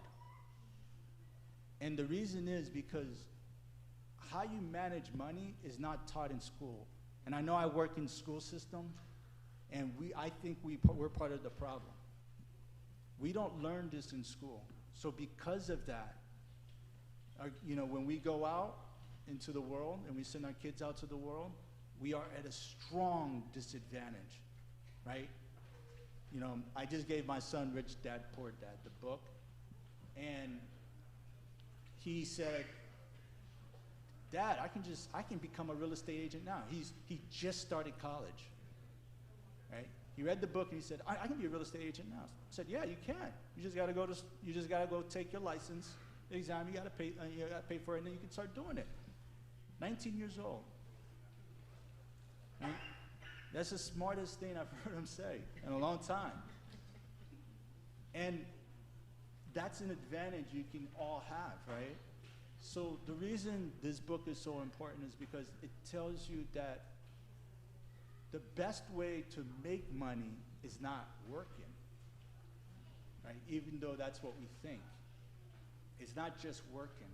There's other stuff that people, other communities, other families know about that help them make the money that they make. The big one is being an entrepreneur, starting your own business. It's actually not that hard to start your own business. It's not that hard. In fact, I would start your own business from a tax purpose. I would start my own business just to play around with it, the same way you would play around with stocks. Because it actually gives you an advantage. Just, call, your whatever LLC, ABC LLC. I'm sure that's taken. But start something. Learn about how do you start a business. Because that helps you in ways that you can never imagine today. So once you do that, then the investment piece comes in. Because when you have a little bit of money, you can then use that money to get more freedom by being an entrepreneur, and then by being an entrepreneur and starting your business. And I would say do that. It's getting easier to start companies. So if you have a job, you can start it on the side. If you don't have a job, you can still start it. You probably need minimal amount of money just to start an LLC and just start learning about what is it that you do. If you're in high school, you literally can start a business now. You gotta be careful. Don't go out there and say, I'm gonna do a lemonade stand, and Edwin told me I could do it. Sometimes you actually need a license to do some of that stuff. But you can. There is a high schooler that I was helping make T-shirts. He was a great artist. And then we just bought a bunch of blank white shirts from China, and he put his logo on it, and then he would sell it to his friends, right? So you start thinking about that. You start finding ways to make money outside of just having a job, right? And that becomes very, very important. And then eventually you go into investing, and I'm not gonna go too much into this because this is a lot of information, but I'm always happy to talk about it, and I'm sure there's people here that are doing it as well, or my friend over here was a financial advisor. So if you actually figure out how to start doing those first two things, then the investing becomes really important. But you don't take risk. That's literally, for me at least, the investing is the last thing you do, and you have to learn it first. I can't ask you and say, hey, I'm gonna start a company tomorrow, give me your money. Right? You don't know me. You don't know how much money I make. So it's important for you to learn for yourself, because that's how you can control it. Otherwise, you just give the money out. You don't know what they're going to do with it, and then you just trust people. And that's a bad way that's not investing, that's gambling, right? So learn this for yourself. I mean, it's harder than it sounds, right? But pick up a book and learn how to invest, learn how to build a business. That's how you change your life. You read the books. You can do that for free. There's people, a century ago who couldn't do this. Some of us, even can get audiobooks from the library for free. Listen to it. That's how I did it. Nobody taught me. I had to do it by myself. And a lot of us here, that's how we've done it. So this becomes really important. So sources of income. I'm not going to go into this except to say, anytime you buy something, we started talking about this. There's things that is good to have because they're worth something, and there's things that you have that will just suck the money away. Assets, liabilities, or debts. You want to have less liabilities in life. I can, right now, if I wanted to, I can go to a dealership and buy the most expensive Tesla I can buy. I just need a loan. I don't have to have the money, I just need a loan, right? Is that smart? No. I can look good, I can drive the car here, everybody sees it, oh man, he's driving a nice car. But I can't even put gas in it, I can't feed my family, I can't, and so on. That doesn't make sense. That doesn't make sense. So unless you already have $50,000, $100,000 in the bank, I wouldn't even go above, a nice Toyota, right? You have to be careful about the liabilities. They suck your money. They take your money away. So are you guys in high school? I'm sorry, go ahead. So a liability is something, you owe somebody something. You don't own it. Does that make sense? So if I It's an expense. It's an expense. yeah. So when you go to the store and you pick up the chocolate, you owe the person at the counter 60 cents, you owe them, that's a liability. So Yeah. your liability is the 60 cents that you owe. Yes. Yeah, it's a big I owe you. I owe you something.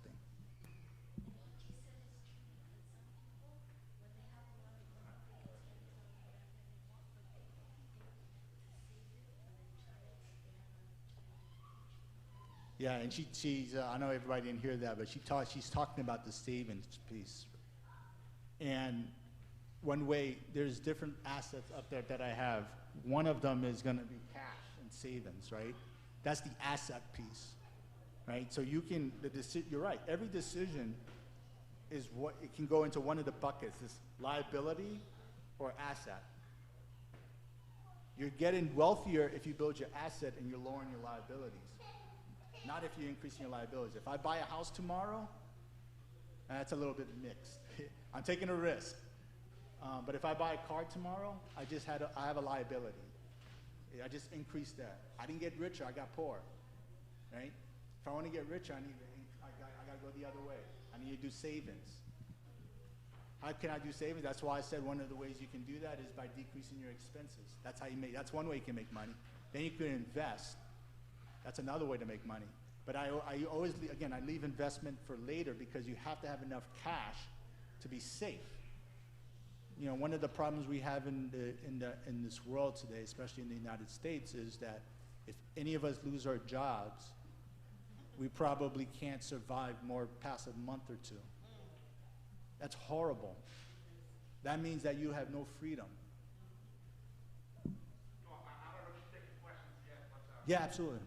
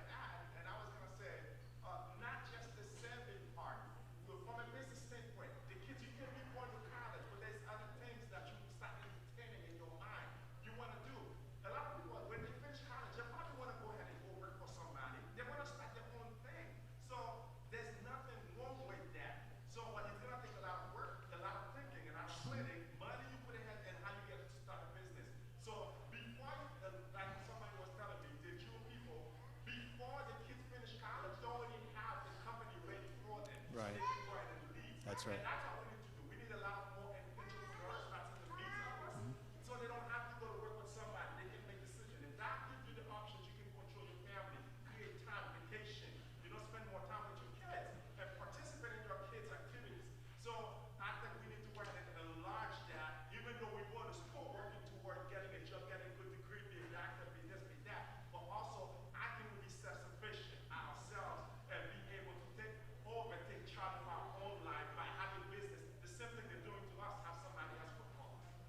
Amen. Amen. So, the important thing that was said there was the one important element, and I've seen this in every community and family that have wealth. It's the community, right? So it's a very, very important point. And we're now starting to, I don't know if you noticed, but the Haitian community, especially in South Florida, you're starting to see it in New York. People are starting to listen. They're taking it seriously now. And the reason that is because a lot of the generation that came is moving into the middle class. There's more of us, right? What that means for every one of you who's sitting here is that you have free advice. If you want to know something, in that whatever you're doing, because everybody's situation is unique. Someone can talk to me and say, you know what, I want to be an engineer, but I still want to be wealthy. How do I do that? I have to have a conversation. Somebody else say, you know what, I don't even want to go to college. I want to be a plumber. I can still help that person become a millionaire. All you have to do is know what you want. I started with the goals first. If you know what your goal is, you work backwards. You work backwards. And the fastest way to work backwards and to plan is to find someone else. This was said before. Find someone else who's done it, and you ask them. And then you're going to be better off than them, right? So everybody right now who's getting advice from us, you're in a better situation than us because you're getting the advice in high school before you even start, right? So all you have to do is listen. And that's free advice, where that didn't really exist before, right? Because again, it's a community thing. That was a great point. It's a community thing. But now there's not an excuse. Now we're getting this developed community. We should be tapping into it. Anybody in this church today, if they want to learn something, somebody should be emailing me because you know me through somebody now, right? You should be emailing all of us, right? And you should be asking the question and say, you know what? I really want to try to do this. Let me get some advice. That's probably the most important thing I think today that you'll hear, because if you tap into the community, you can figure it out, even if you don't have the answer. And that's part of what thank you, Carlene, for putting this together. This is the power of empowering the community. So I'll just finish up here. I always go through this budget exercise. If you don't do anything, try to figure out your budget sheet, right, in terms of your finance, and figure out how much money you'll have by the end of the year, and then how much money you'll have in 5 years. At the very least, at the end of the year, based on your budget. Because once you start doing that, and I do this for high school, I say, okay, what do you guys want? And I say, oh, I want to drive a nice BMW. Okay. I want a nice house in Wellington. Oh, okay. Yeah, nice house in Wellington, $500,000 probably. BMW. What else do you want? And then I put down the electricity. I put everything down. I said, now write all that down. I said, now how much do you have to make per year to do all of that? And now they start to say, oh, $50,000 is not enough. I need $100,000. I said, can you get $100,000 by the time you get out of college? $200,000 if you want to save enough? Then what I said in the beginning starts to make more sense. It's about how much you spend. Because anybody who's wealthy would tell you that it's going to first start with your savings, and then later on, it's not even about your job. Your job is not going to make you wealthy. That's right. And if you remember that going in, you're much better off than I was, because that's how you start. So I'll stop there, but it was such a pleasure to be here.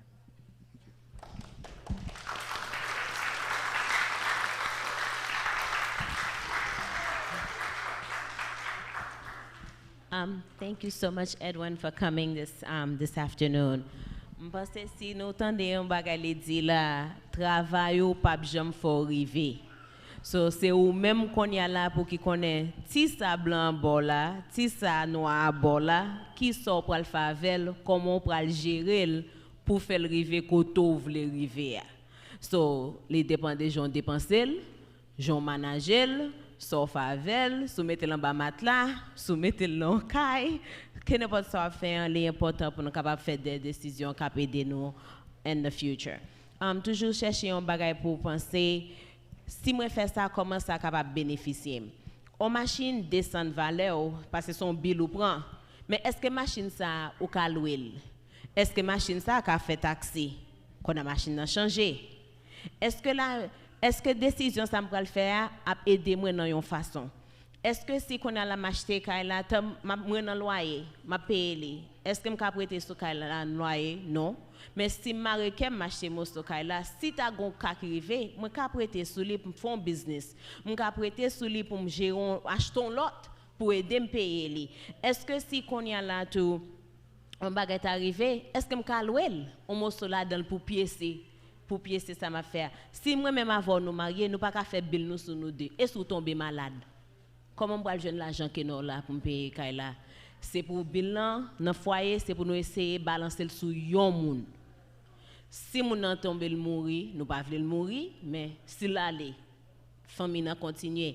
S'il malade tout, famille nan continue. S'il perd du travail tout, famille nan balancer toujours. Le comme ça, on capable dire l'autre paycheck nan, m'a balancer, m'a économiser, m'a investir, m'a pral fond bagay ensemble avec lui, qu'on a famille nan a progresser en avant.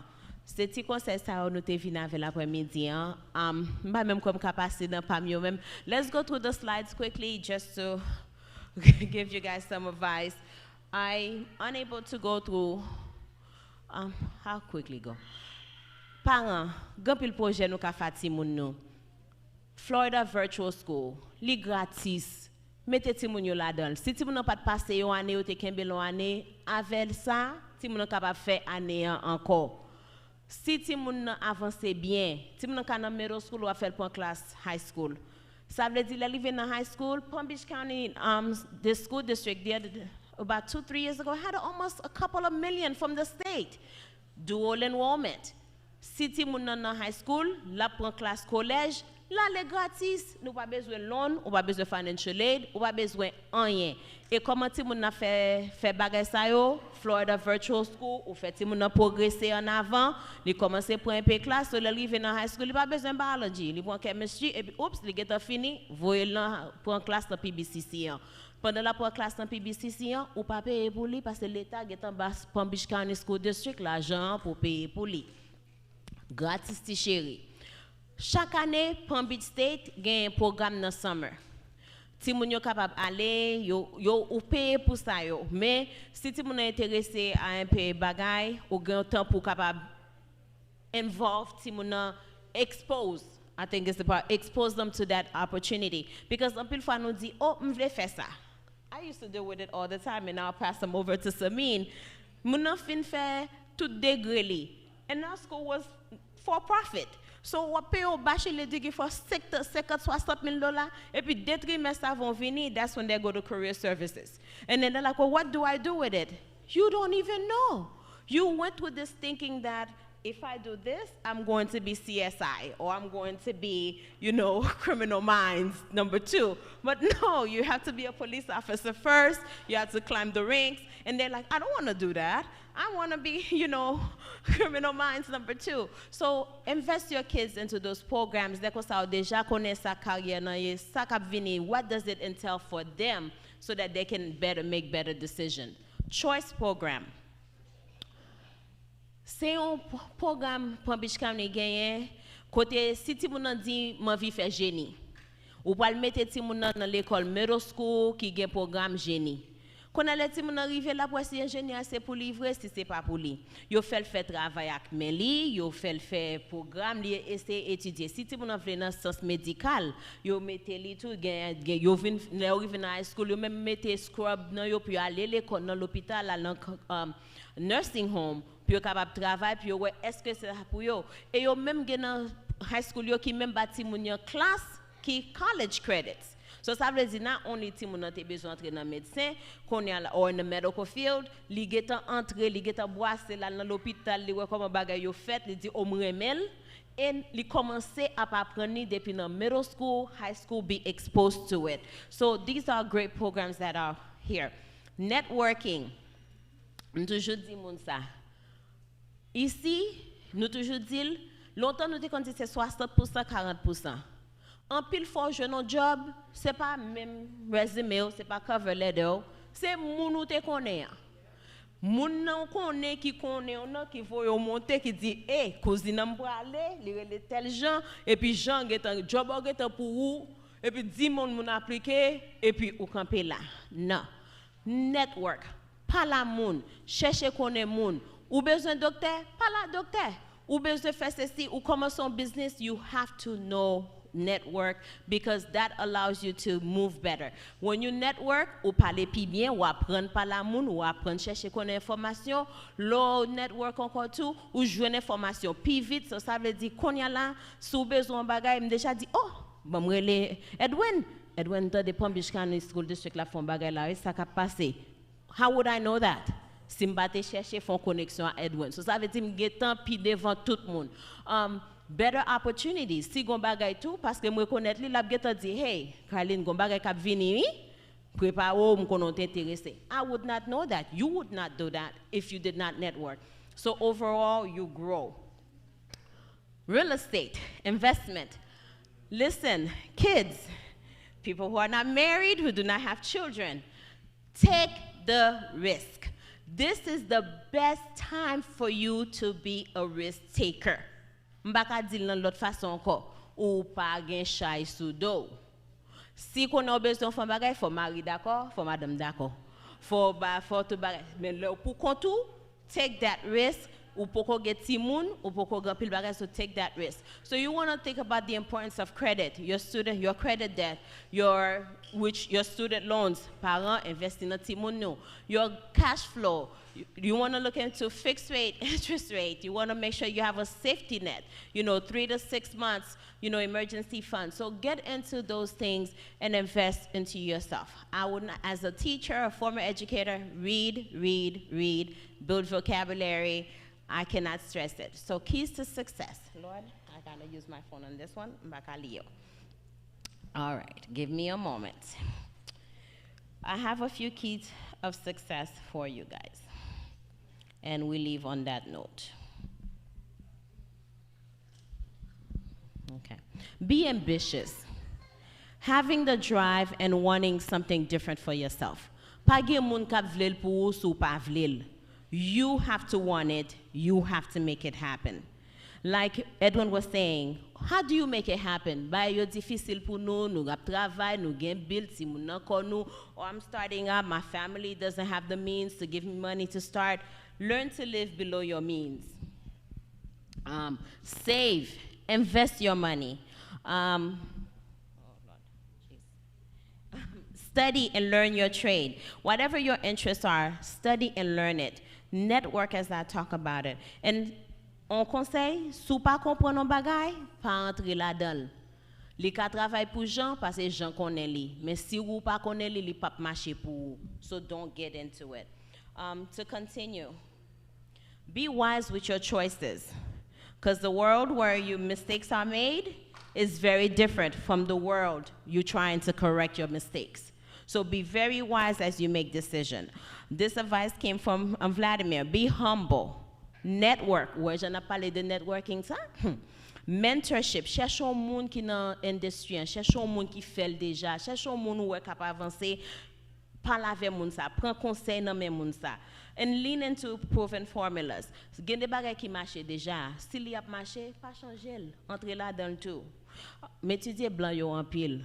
Mal l'école, m'étudier plus blanc que m'étudier dans l'école. Because they're doing something we're not doing. Ou pas ouais blanc, les rivons là, les filles t'ont fini, la flané. Why we can't do it? C'est pas quand on travail, c'est pas ou chita là. Pour qui ça dans 10 ans on l'a mené puis ou pour arriver. Gon bagay la fait, c'est pas presque même paycheck nan ap touché. So you have to ask yourself certain questions to see what are you doing that's not working. So you have to ask yourself questions too. What are they doing that's working? And how can I implement them? Know yourself. Challenge yourself. Be wise again with your decision.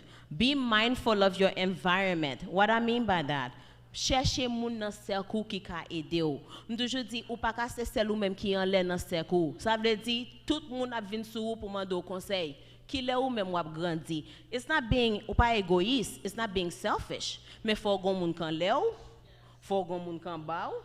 Mais les moun an lè alors collé, la longer mais li prend ou, laisse ça kan bon là ou allonger mais ballon pied, li kembe pied ou li monter. You cannot be mindful of your environment, okay? Be confident, trust yourself. And as I mentioned, this is the best time to be a risk taker. Sandra said, do not be afraid of your others, what they will think. Be bold, love yourself, you are marvelous, you are strong, you are courageous, so you are able to do it. So as I talk to the parents of 2021, we are going to change. As I talk to the students who are graduating in class of 2021, I think we've shared a lot of advice with you. We gave you a lot of keys to success.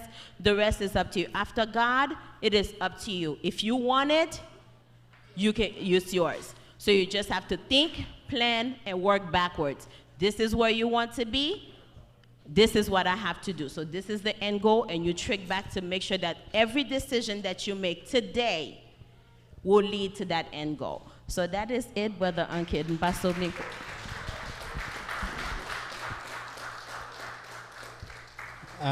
Non dit bon Dieu merci pour privilège ça.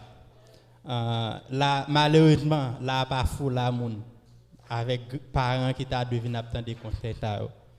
Là m'a réfléchi.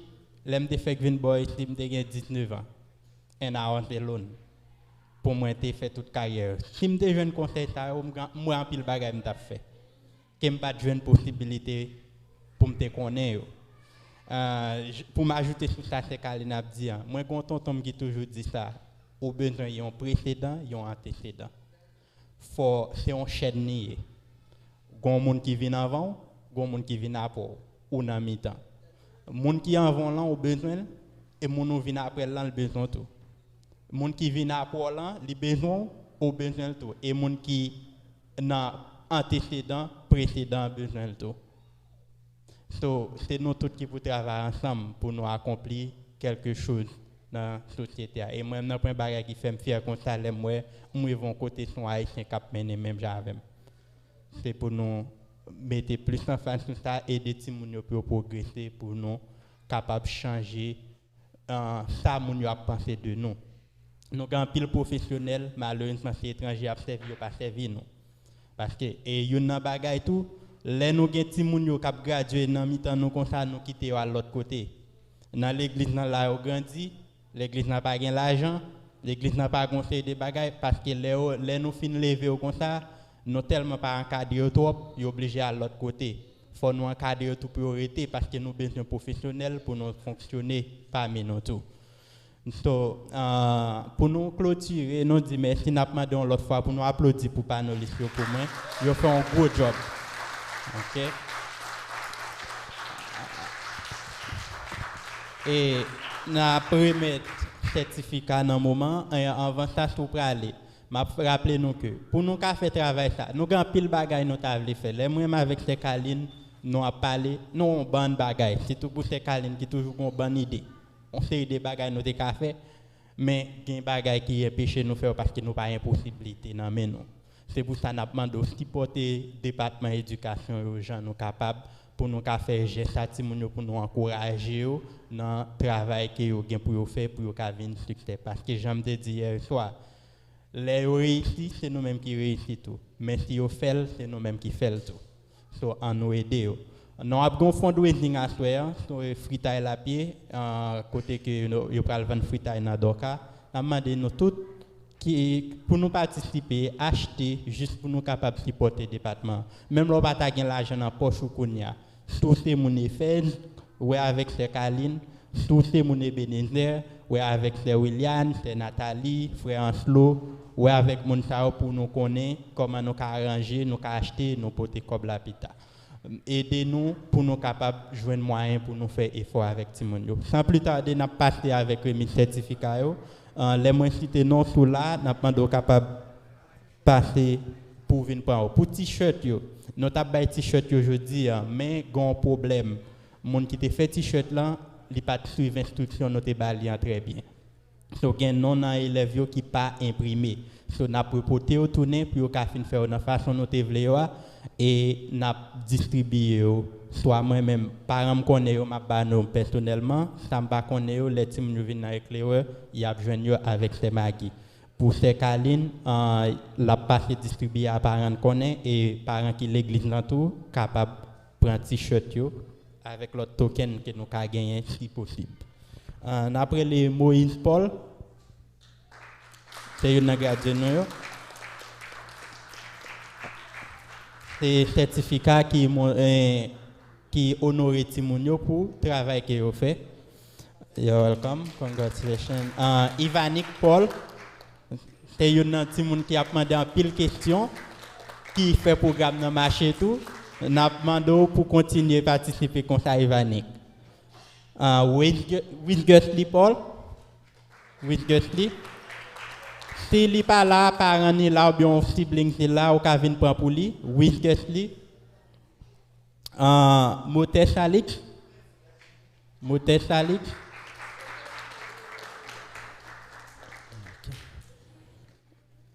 Edva Charles.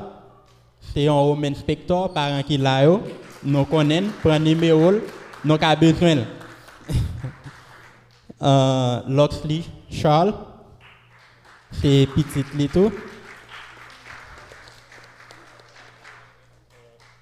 You're welcome. Kensley Jean-François.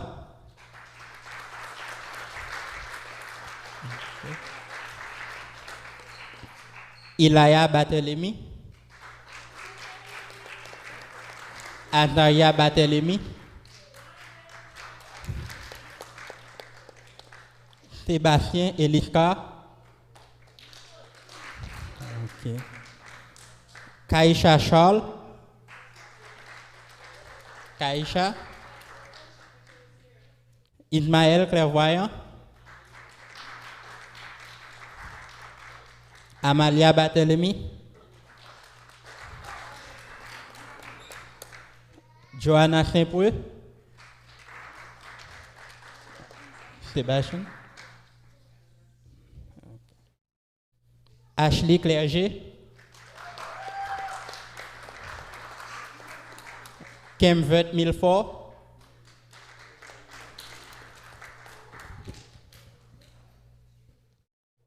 Jefferson Jean-Baptiste.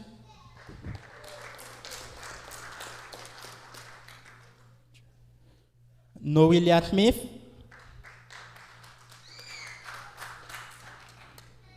Carl Milfort. Kenyan Loa.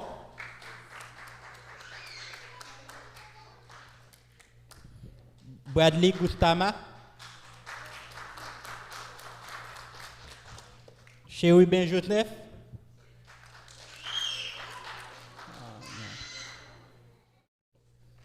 Isabelle Jules.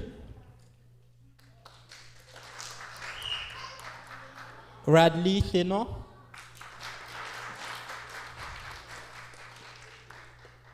Samantha Jacques.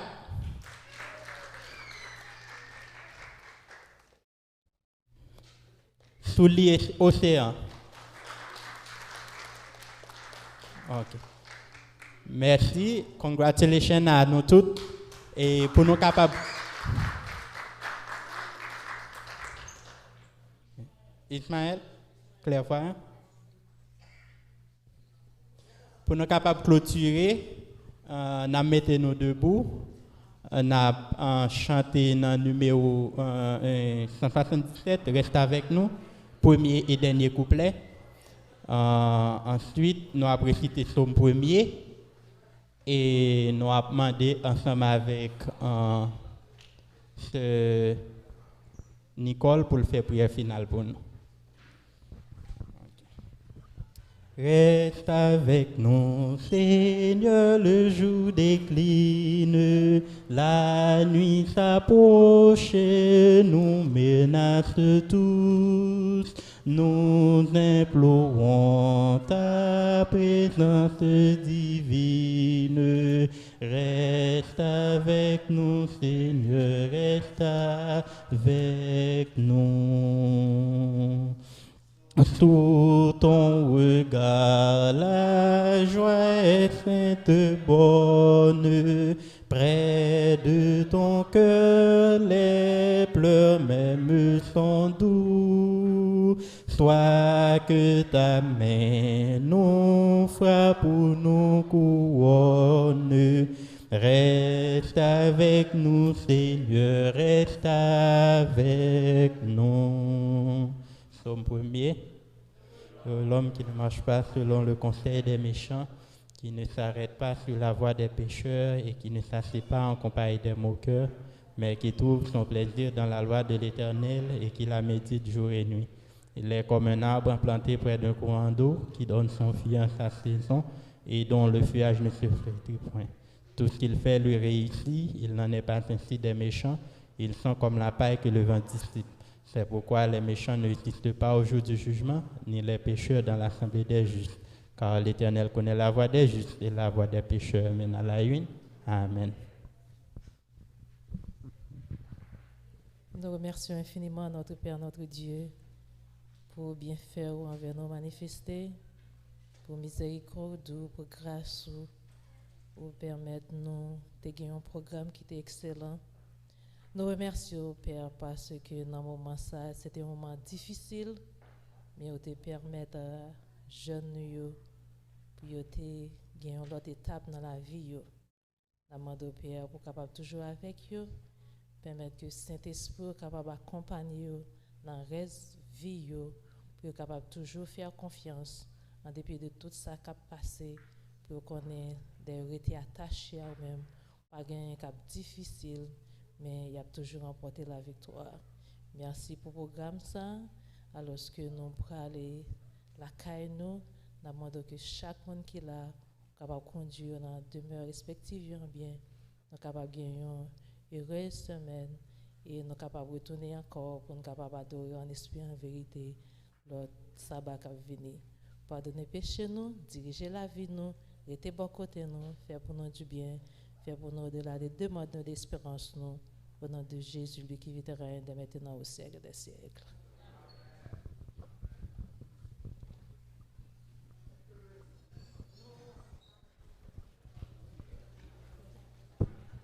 OK.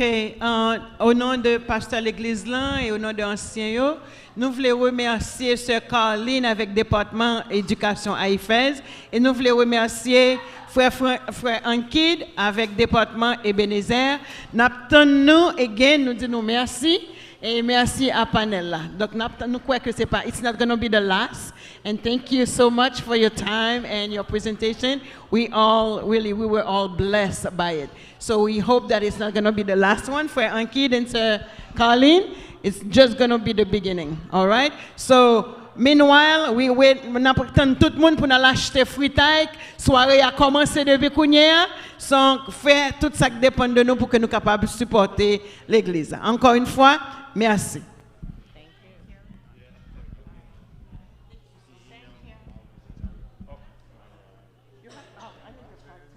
I have a question for you too.